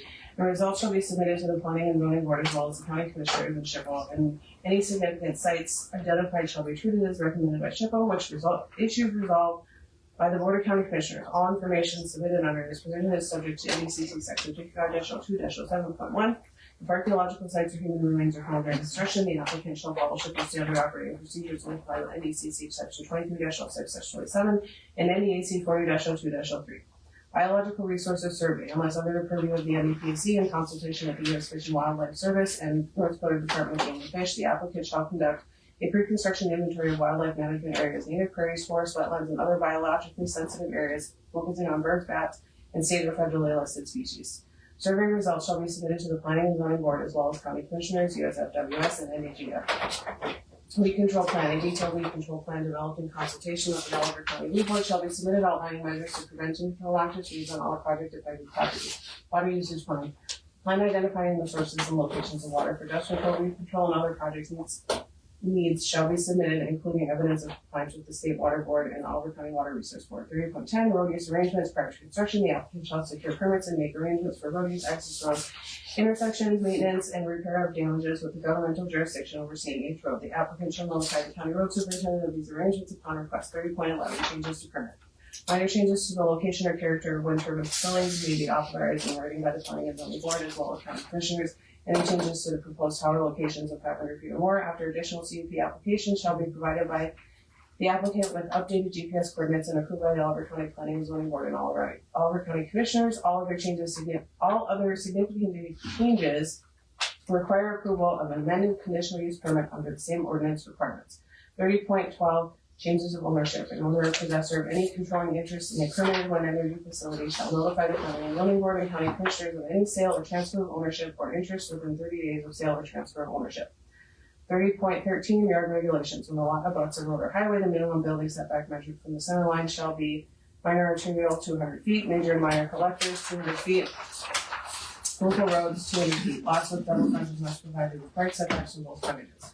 30.14, fence regulations. No fences shall be allowed in sightlines that obstruct views or create safety hazards or traffic on adjacent roadways. 30.15, highway access regulations. When the lot abuts state or federal highways, access shall be limited to 1 per quarter mile. The landowner shall provide a frontage road or deed to the nearest quarter mile access point to a public highway. Written evidence of approval by appropriate highway authority shall be provided to the Planning and Zoning Board. 30.16, parking regulations refer to Chapter 14 of the Oliver County Zoning Ordinance. 30.17, sign regulations refer to Chapter 16 of the Oliver County Zoning Ordinance. Take it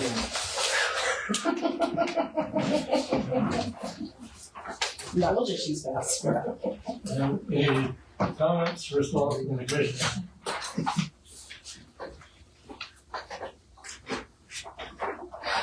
Oh, I always say, wow. I think I've been to every meeting but one. So did it all. There was a lot of thought in the process with everybody, industry. Okay. Do you have any comments? Sure thing. Austin Collins with the Flat Rock Wind Project. Just want to say thank you to the Planning and Zoning Board and Jaden and Patty for all their hard work in getting this done. And we don't have any comments on the ordinance. Thank y'all very much. Okay. I have one question. Will anything in this ordinance be impossible to comply with? I don't believe so. So, any more comments from anybody from Wind Tower Company? I'll just say, Fairmont Tower Next Air Energy Resources, similar to Austin's comments, we just want to thank the planning and zoning commissioners for their time, Jade and Patty. Dave, who attended many of the meetings, gave his input as well. We appreciate being able to be part of the conversation, and we agree that this ordinance is livable and we should be able to meet all regulations within it for any future projects. Well, we look forward to having you doing business in our county. Appreciate that. Look forward to it. Thank you. Sorry. Okay, with everything I've heard here, any further comments or are we ready to vote on? I'll make a motion to approve that ordinance. I'll second that. Okay, the motion, second, probably, any further discussion first of all? We'll probably need a roll call vote on this, and, Rob? Aye. Dave, aye. Lee, aye. Approved. Can I make a motion to waive the formal reading and read it by title only? Please. And then enter the exact verbiage into the county record? The official verbiage? In other words, what you said, if I understand you correctly, what you're saying is you're moving to waive the formal reading, use the title of the legislation as the ordinance, and then the fact that it exists in writing will be entered into the record. Correct. Yes. Okay. I gotta think about that. I quit. I'm out. Done. I'll second that motion. Okay. No further discussion on that. Hearing none, all in favor? Aye. Thank you. I appreciate that. You just didn't want to listen to my voice anymore, right?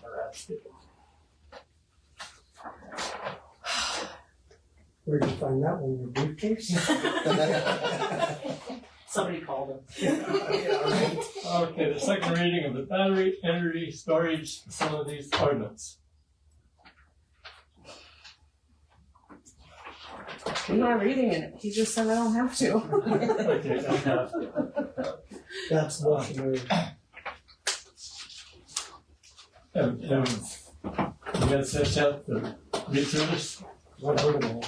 The planning and zoning, all agreed to, We actually had, NextEra had, some people from their group come in and talk to us, and it was very informative, and like I said, these two ordinances, we worked with the industry and the residents, and it was really good. Really good. so what you're saying is there was no opposition to this ordinance, so it's. I don't, you guys didn't? No, that With the that's best? from next year's perspective. And you guys were the ones with the professional, or? We brought our battery engineer, Yeah. a member of our battery engineering team in, Okay. or actually two members, back in June, I think. Yeah.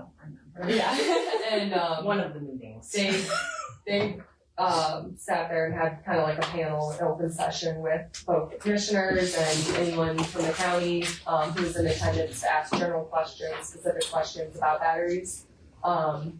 Because that technology obviously doesn't exist yet in all of the counties. So No, it was very good, so.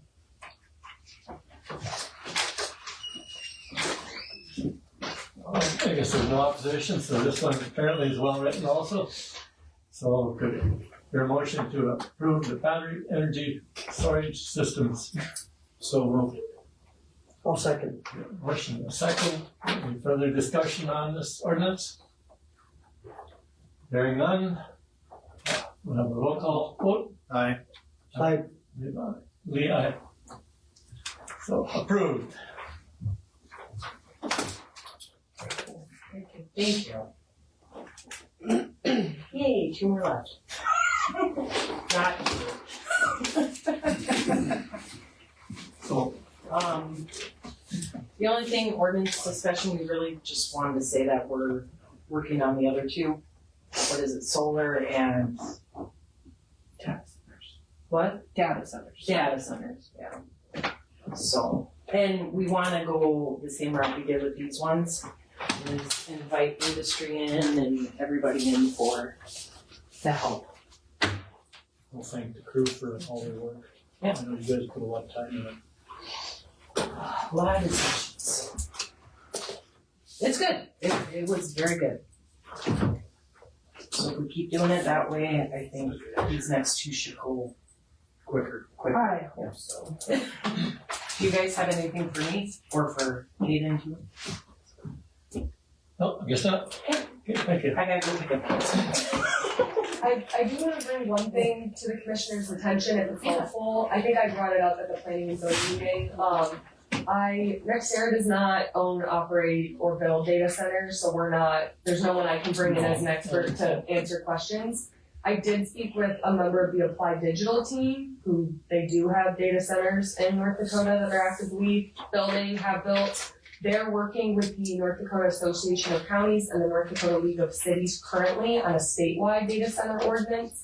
Jaden's aware. I offered up, if you guys want to get plugged into that discussion, that would be the industry experts plus across the state, right, input from residents.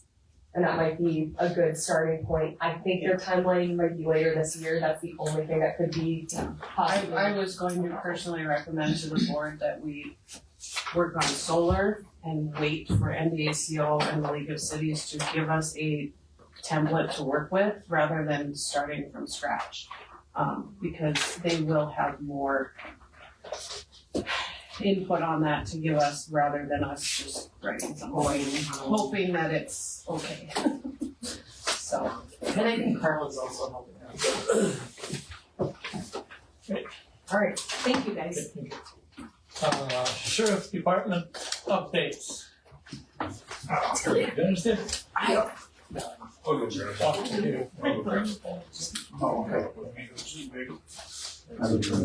Policy or not to, or is that the next? Well, Or both? both, yeah, the other one. And updates, I guess, with our vehicles. They should be here in about 6 weeks. Two of them, yeah. They're coming fully equipped? Yep. You're coming from where again? Georgia, Alabama, or something? The vehicles were coming from.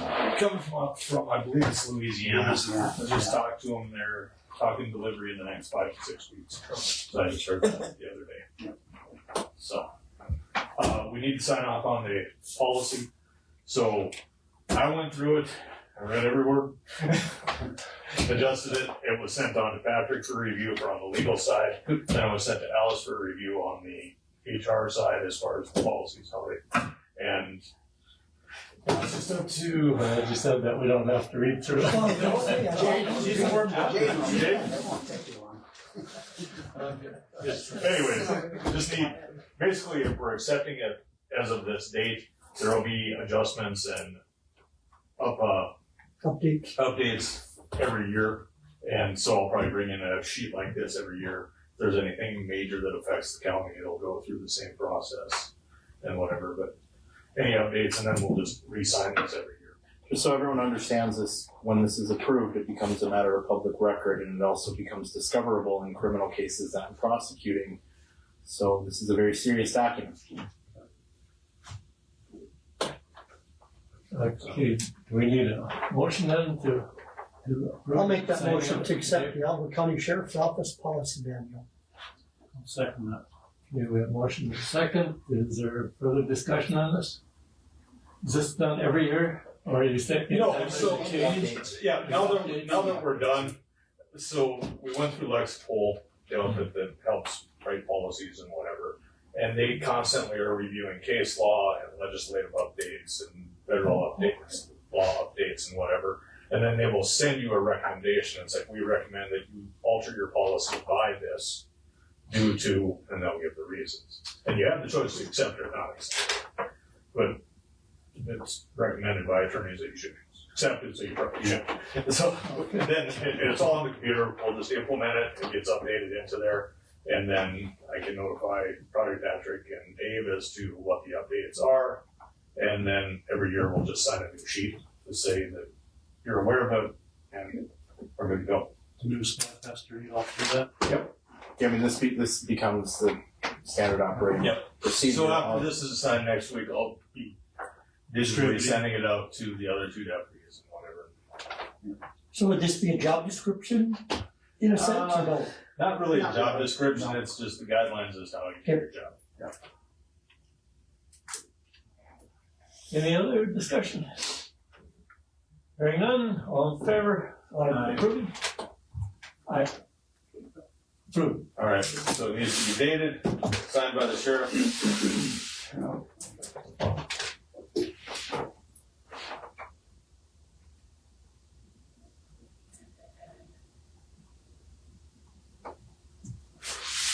And I didn't send it also.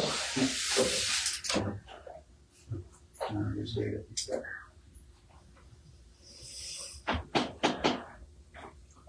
Not good at dating.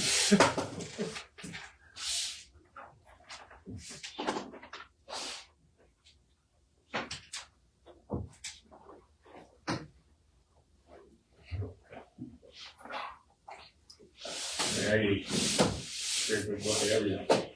You have anything else for us? What'd you go while I was out? Just the vehicles. Yeah, so the vehicles should be here in about 6 weeks roughly. They should be ready to go. Bryce is out on his own now. That seems to be going well. Ran through with him for a week and we just got to turn the loose. He seems to be doing. So far, so good. Seems to be doing well. He calls me if he's got any questions. We go from there. Okay. I haven't heard from him yet. He's always available, like any of you guys, to give me a call. Yeah, I'll make sure he calls both of us on a pretty regular basis. Right. Great. Where you have your vehicle storage area? The county, the road department. Yep. Road department is doing an excellent job of spiffing up their area Yeah. and make it presentable. Yes. You have a rattle, put it that way, with all the vehicles that you have in there. Some of them have been in there 20 years, haven't been moved. No. Why? Not long. Why? No, they haven't been in there for very long. Most of these haven't been in there for probably more than a couple of years. We've had a sale on it already in the past, but they are going to be. I have to disagree with that.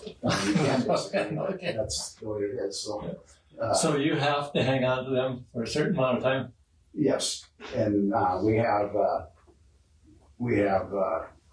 sale that we're working on coming up here within probably the next month or so. Kale has been working on that. We've been tagging vehicles in the city that have been left in lots and whatever. So There's about 20 of we're them. gonna be, yeah, there's about 20 vehicles in there. They're gonna be cleared out here, well, before winter. Good. And then, Kenny was talking about putting a load of, scoria in there. So we could, I believe they sprayed weeds in there already here a month ago. No, there was walk through there and there would fix in there though. Yeah, it could be. Oh, he said they were spraying it, so. Okay. Sprayed it, so. Good, okay. Anything else for the, do we have a joint meeting coming up with the city, or has that been taken care of? I reached out to them, and I said, based on the last discussion, closer to the end of the year. So I'm just waiting to hear from the city as far as when that would work best for them. And then we can figure out when it works for us and try to figure something out. So nothing concrete, it's in the works. Okay. Let's just discuss our contract with our annual contract, which we have 2 years left on it right now. Yes. Yeah. I see you've got department staffing discussion. Is that something different? I guess, the position that, we had talked about before, we're still waiting to hear, on the grant, and that should be anywhere from the next 2 to 3 weeks. So, we'll know a little bit more on that. It sounds pretty promising, I guess, that we will. Well, maybe. It's a grant. Yeah. It's a grant, I mean, yeah. I'm not hanging my hat on it. I don't see why we wouldn't be awarded it, but then again, it's not a You never know. With that, I mean, the rough part of it is we have an excellent opportunity right now to pick up a highly qualified employee who wants to move here. To fill that spot. And everything's just kind of on hold because the decision to not move forward happened less than 24 hours before his interview was scheduled. So I mean, he's already contacted me. He's found a chunk of ground in the county that he'd like to build a house on or whatever. And his wife's thing. I said, well, I mean, I'm not going to tell you to go ahead and move on it because I don't have an answer for it. So, but employees of that caliber don't come along very often in agencies our size, I guess. So. Randy's got, what, 20 plus years of experience. Close to it, yeah. Okay, well, thank you guys for coming in. All right. Election updates. That's the one. We tabled it the last Yes, we meeting, did. so I was hoping we could just briefly touch on some of it. In your packet, I included 2 samples of joint powers agreements between a county and a city and school. By century code, we should have joint powers with the city at the very least, but then also the schools, because we run their elections, through the county. We have taken on the entire cost of doing so, which is ballot printing, mailing out applications, mailing out absentee ballots, all of the things involved with it. Based on discussion with the Secretary of State that we have weekly calls on, we need to start working on something and getting something put in place with both the city and the school districts that would be on our ballot. Whether or not you would choose to have a cost is up to you. Like I said, we've never had them repay us for running the election, other than if we would have to do a recount. They would have to take on the entire cost of a recount, which includes the staff running it, running the ballots, that kind of a thing.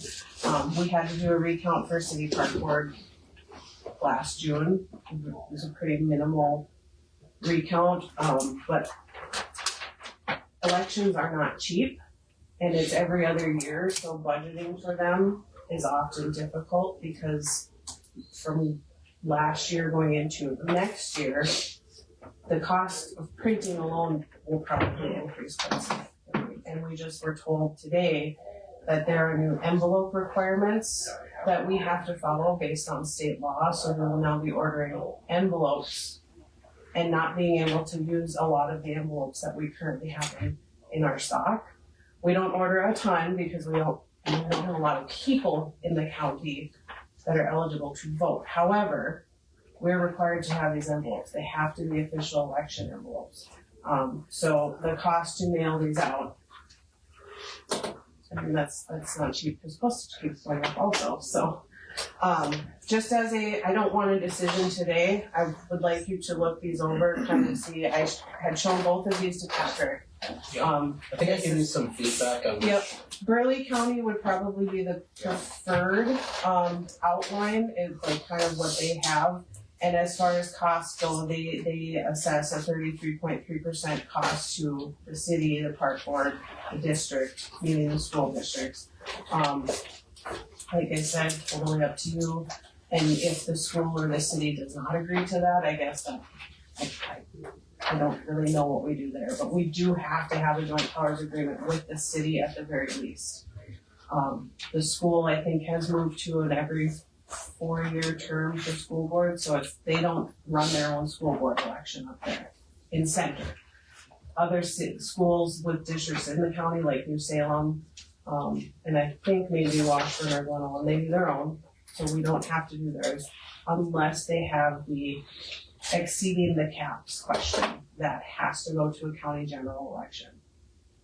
So just kind of look at these, and we can talk about what we want in it next month.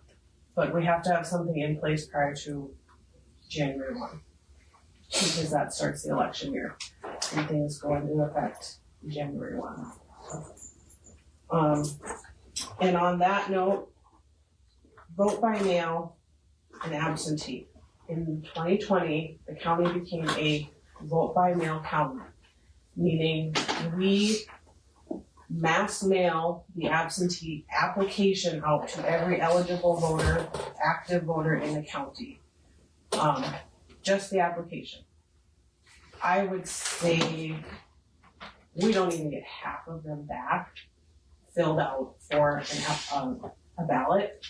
So we're sending out these applications, postage, envelope, printing costs for them to get thrown in the garbage.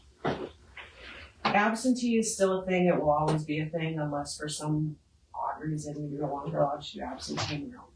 My, I guess, comment request would be that we change from a vote by mail to just a regular election county, just do absentee, because in the grand scheme of things, cost-wise, that's quite a chunk of money that we could save by not having to send out this mass mailing. Somebody can call me and request an application. I would then have to mail that application to them. But I'm not mailing out 1,000 or 1,200 or, however many active voters there are in,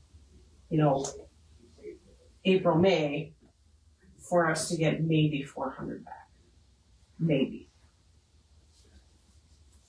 So something to think about also. I don't want an answer today. I want you to think about it. But something when I'm thinking budget-wise and cost-wise, that's a pretty big chunk of money. because we do have to order special envelopes now just to mail out those applications, which we used to be able to use the county's envelopes, and now we can't because of the law change in the legislature this year. And then also another thing to think about, precinct and polling location assignments. This has to be decided by the end of the year also. We currently have one voting precinct, the entire county. One polling location at the courthouse. That particular thing, I don't want to see change, the polling location. That helps having a central location. Nothing has to leave. There's no coordinating with other locations. If there's a problem, I'm right down the hallway. I can help the workers. Linda can help the workers. I know when we went from 7 precincts to 1, there was some concern with political parties about delegates at the district level. It was a little bit of a change as far as how many representatives they have, but I haven't heard anything since we made that initial change. Having one is nice for printing purposes because in the general election, it's one ballot style. We're not getting somebody confused. But if we would have to change, and if you would choose to move from 1 precinct to say 4, we'd figure it out. I mean, I would go based on school district lines and then the city boundaries probably is how we would do it. We've only had 1 precinct for how many years? Just the 1 election cycle. Prior to that, it was 7. The city was split into 2, which that may have had something to do with something a long time ago, but in general, like splitting the city in half didn't make a lot of sense. We already have splits during the primary where the city has a split, but there's a separate ballot because only the people in the city can vote for city council and that kind of thing. Same with school board or school districts. Center Stanton had its own split, and it's just for the June primary. It's not general. I think we just stick with 1. I mean, and I'm fine with that. We don't have to decide today for sure, but just think it over because right now it's working quite well. I think we'll request from now on Next Energy to supply pizza to all the voters. See, there you go again, Dave. Just a suggestion. You need to get into the pizza industry, I think. Maybe let the Italians take care of that. You did take care of that one night, didn't you? Planning and zoning on that commissioners. You've done enough. Yeah, so that's all I have. It's just kind of updates in general. I will have more moving forward because we're starting to get into we're going to trainings in October for elections and all the things because of the law changes. But this in general, I need it to be on your radar because we have to do something by the end of the year with all 3 of these. So. Don't you think 1 is enough? I think it worked very well as far as no reason to change it. Without moving machines not or anything. messing ballots up or anything like that. The precincts itself wouldn't change the polling location because we've been just here for 5 years now, since 2020. That actually works quite well, but also we don't have the equipment to cover more than 1 polling location, and all of that is supplied by the state. So.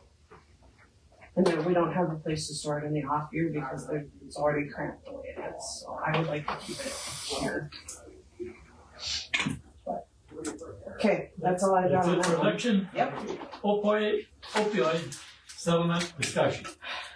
So we talked about this at the last meeting and tabled it. I did send everything to Patrick to look over.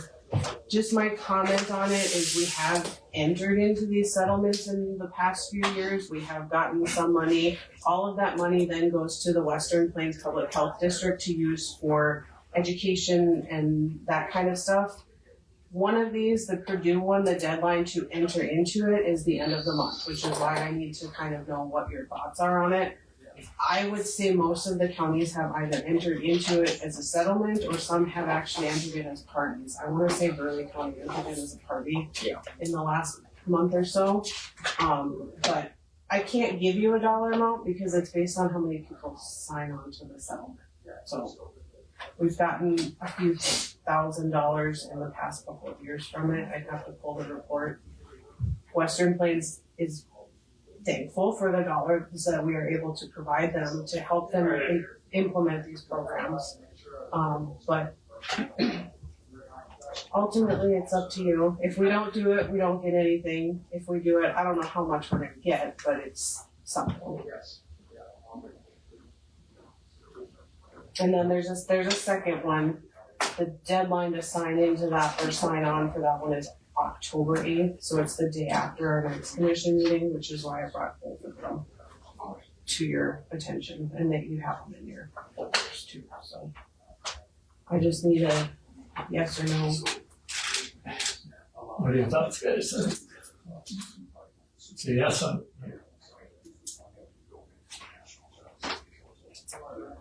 We're not out nothing. And benefit for them. I'd say, Okay, ask for a motion. So moved. I'll second. Give it away.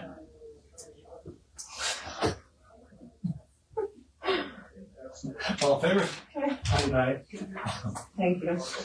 I just need to know because it keeps popping up in my inbox 5 times a day. Sign up for this.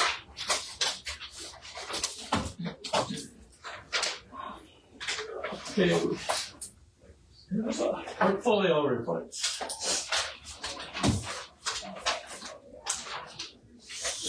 So on my end, on the 22nd, I've got a co-conversion meeting.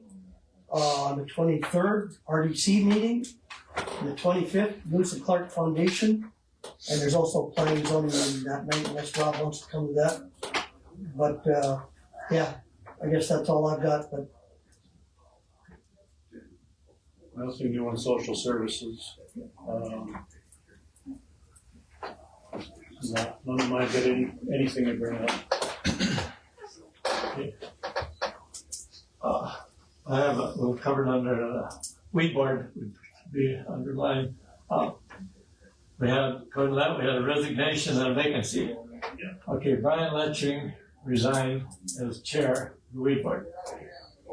And Gene Gross, who was vice chair, has become the new chairman. Well, he's acting chair until probably tomorrow. They have a meeting tomorrow at 2, I think. Or something. And so they'll probably reorganize based on that. And Dorothy Dewar has agreed if she is accepted to replace Darren Cargus. And Darren Cargus is at large, and he would be moved to the Brian Letching district. So at large, you can do that, and Dorothy Dewar would take the district that Darren Cargus would. okay, so my question, why don't we go to 5, because Darryl Schulte is gonna be resigning. I think he's in the process of moving already. And as far as the weed board, nobody's ever told me what they do. Gene Gross, the other day, declined to go out and check out some Canadian thistle out by the Minnesota Power, Minnesota Power site. And so I went out and checked it, because I was asked. And so I'm just curious why we need more than 5. Because if they're not gonna do it, what are we gaining by it? Because they can't do nothing but go look. The weed board, the weed board does a lot. They have a lot of responsibilities. And this is kind of in between who's in charge right now until they have their meeting tomorrow as to who is going to. Gene Gross, he went out and there was 2 areas to check. He checked one, and then he decided that the other one was way out of his area. So they're going to make a decision, and I was hoping that nothing would get done on checking the other one until after tomorrow, but I hear that it was done. So, and as far as the weed board districts, they would like and wish to remain 7 districts, and they've been successful. They make a lot of decisions. They do a lot that that we're not aware of. So I support the weed board all the way, and they're wanting to stay with 7 districts and with their appointment of Dorothy Dewar to the board. But why can't we go to 5 and then make the district bigger? They want 7. Oh, sure, but I don't know. I guess I was on the weed board for 3 months because nobody would take the spot. I asked there, what can they do? And they said nothing. You know, what's the chemical officer? Weed control officer. He's the only one that could do anything. And like I say, Gene had the opportunity to go check that out. It wasn't hard. You just rolled down the road. The whole field is Canadian thistle, like it's solid. And so we're working with NRCS, and eventually somebody's got to pay to have it done. Or they're going to write a letter to the landowner and request that he sprays it first. Call the FSA office to fix it today. Well, They that's what. can't, they have to have the weed board The weed board has identify to. that there's. Did they change the rules? That's I what, used to be on the that's FSA what board. he, Simon. Now they changed the So they rules. might have changed the That's rules. what she said. I do have a question on this as far as appointing board members. We did set a precedent where if there is an opening, regardless of if there's an applicant on file or not, we are to advertise. We had an opening on planning and zoning and 2 applicants, but you as the commission decided we needed to advertise. I personally don't want to be getting the phone call in my office saying, why didn't you advertise for this position, but you made this one advertised? Because I know I'll get those phone calls. So I'm asking the question of you, are we advertising or are we not? Because I need to know what our rules are here. Well, I guess we started it. We set a precedence, We should. and tomorrow they can come up with their stuff, and then next month we can address it. Because nothing's going to get done this fall or winter anymore. You need to have it in the paper 2 weeks. Most likely 2 weeks, yeah, or 2 weeks prior to our next commission meeting, which would be October 2nd, is what we moved it to. So I'm asking the question. We're okay with, I can call the paper tomorrow and have it. no, but I mean, we're okay waiting until next month to do this. I don't see why not. I mean, Dorothy's a great applicant. She's done it before. She's done it before. I guess the question is because it's, Because we did the it one way opening last is in time. Brian's district, and I know we had Darren get appointed as an at-large member, but the opening itself is in Brian's. Dorothy's in a different district. So where is the opening at? Brian resigned. And Darren is at large, but he was at large appointed to cover, the district where Dorothy lives. So I guess I'm just asking the question as far as. Well, I'm just wondering if Gerald Schulte, he's moving. No, he's going to be a vacant position. I just lost his name. Byron Fout had said back when I was part of the weed board that he was going to be getting off. So that's my question. Do we? Well, the weed board is under my portfolio. They called me and they said they were. We want to stay the Yeah, they're, Okay. best way to manage their weed board is to have the 7 districts, and they would like to get, I think they have 2 openings right now, I'm not sure, one, There's just one right now. opening. One right now. There's one in Brian Letzering's district, which is down in this area. And that's Darren the is respect. covering the one here. Yeah, we need to respect. We that. need to respect, we don't want to micromanage the weed board. I'm just asking the question as far as advertising, because I know that I will get asked, because I've already been asked a few times about different boards. Why aren't you advertising, or have you advertised? I would say we follow whatever we've established for precedent. And I've talked to other counties previously about this, and they have said, residents have called and said, you couldn't appoint that person, you didn't advertise for 2 weeks. I don't really want to get that phone call, and I don't want to have to forward that on to Patrick either, because I follow the 2 weeks process that we have been doing and keep it there, I would think. Whether we stay at 7 or whatever, we just need to follow the advertising. I have to be honest with you, I think it solves a lot of problems.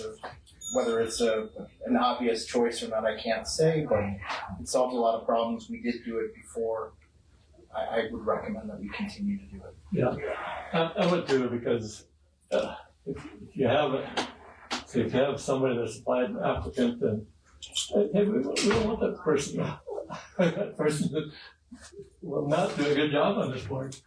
We have the opportunity to advertise in case that should happen. I mean, yeah, and I'm just asking because we did it with planning and zoning last month or 2 months ago. So I just wanna make sure we're following the same procedure throughout the county, not picking and choosing who has to and doesn't have to. No, let's not go there. And I will get it so it's advertised for Brian's district, or do you just want me to advertise that we have an opening? Don't district it, just generic. Just in general, I mean, that's. In general. Because it's gonna have to be an at-large, right? That is currently what Darren is, and so whether we would move him down there or not, depending on who would apply, other than Dorothy. We'll figure that out. But if you move him down there, he's not in that district. Right? Well, he's not in the one that he's in now, so. Well, right, but, yeah, I'm just curious, like, say with Darryl moving, that'd be the same area as Darren then. Which you could then technically move Darren up to his own district and apply, open it up for advertisement for somebody else to either be at large or in that district. I think the weed board should be able allowed to make those decisions, not us.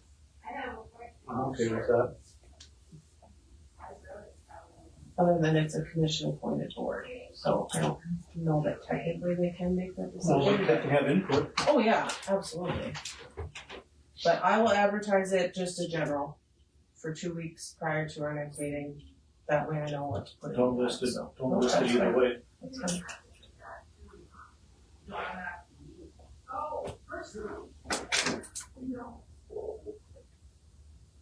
We have everything completed on our list here. with The only exception of thing, Vision West, there's a meeting on the 29th of October up in Beulah.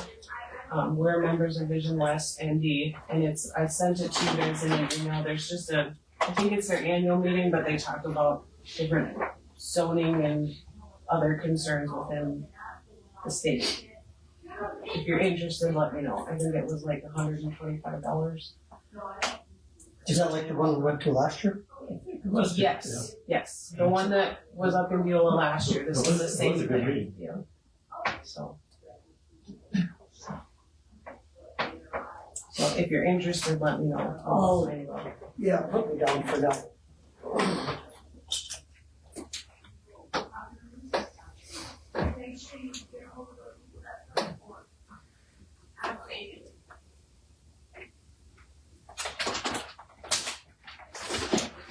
Okay, this time we'll go into a 5-minute recess for the purpose of going into an executive session.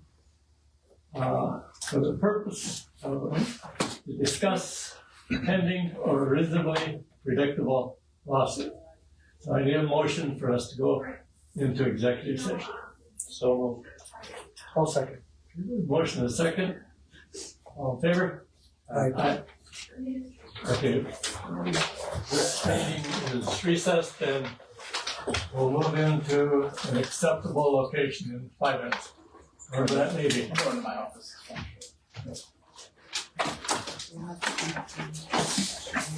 So I will just mute this. Might be more than 5 minutes. Probably. Well, last time.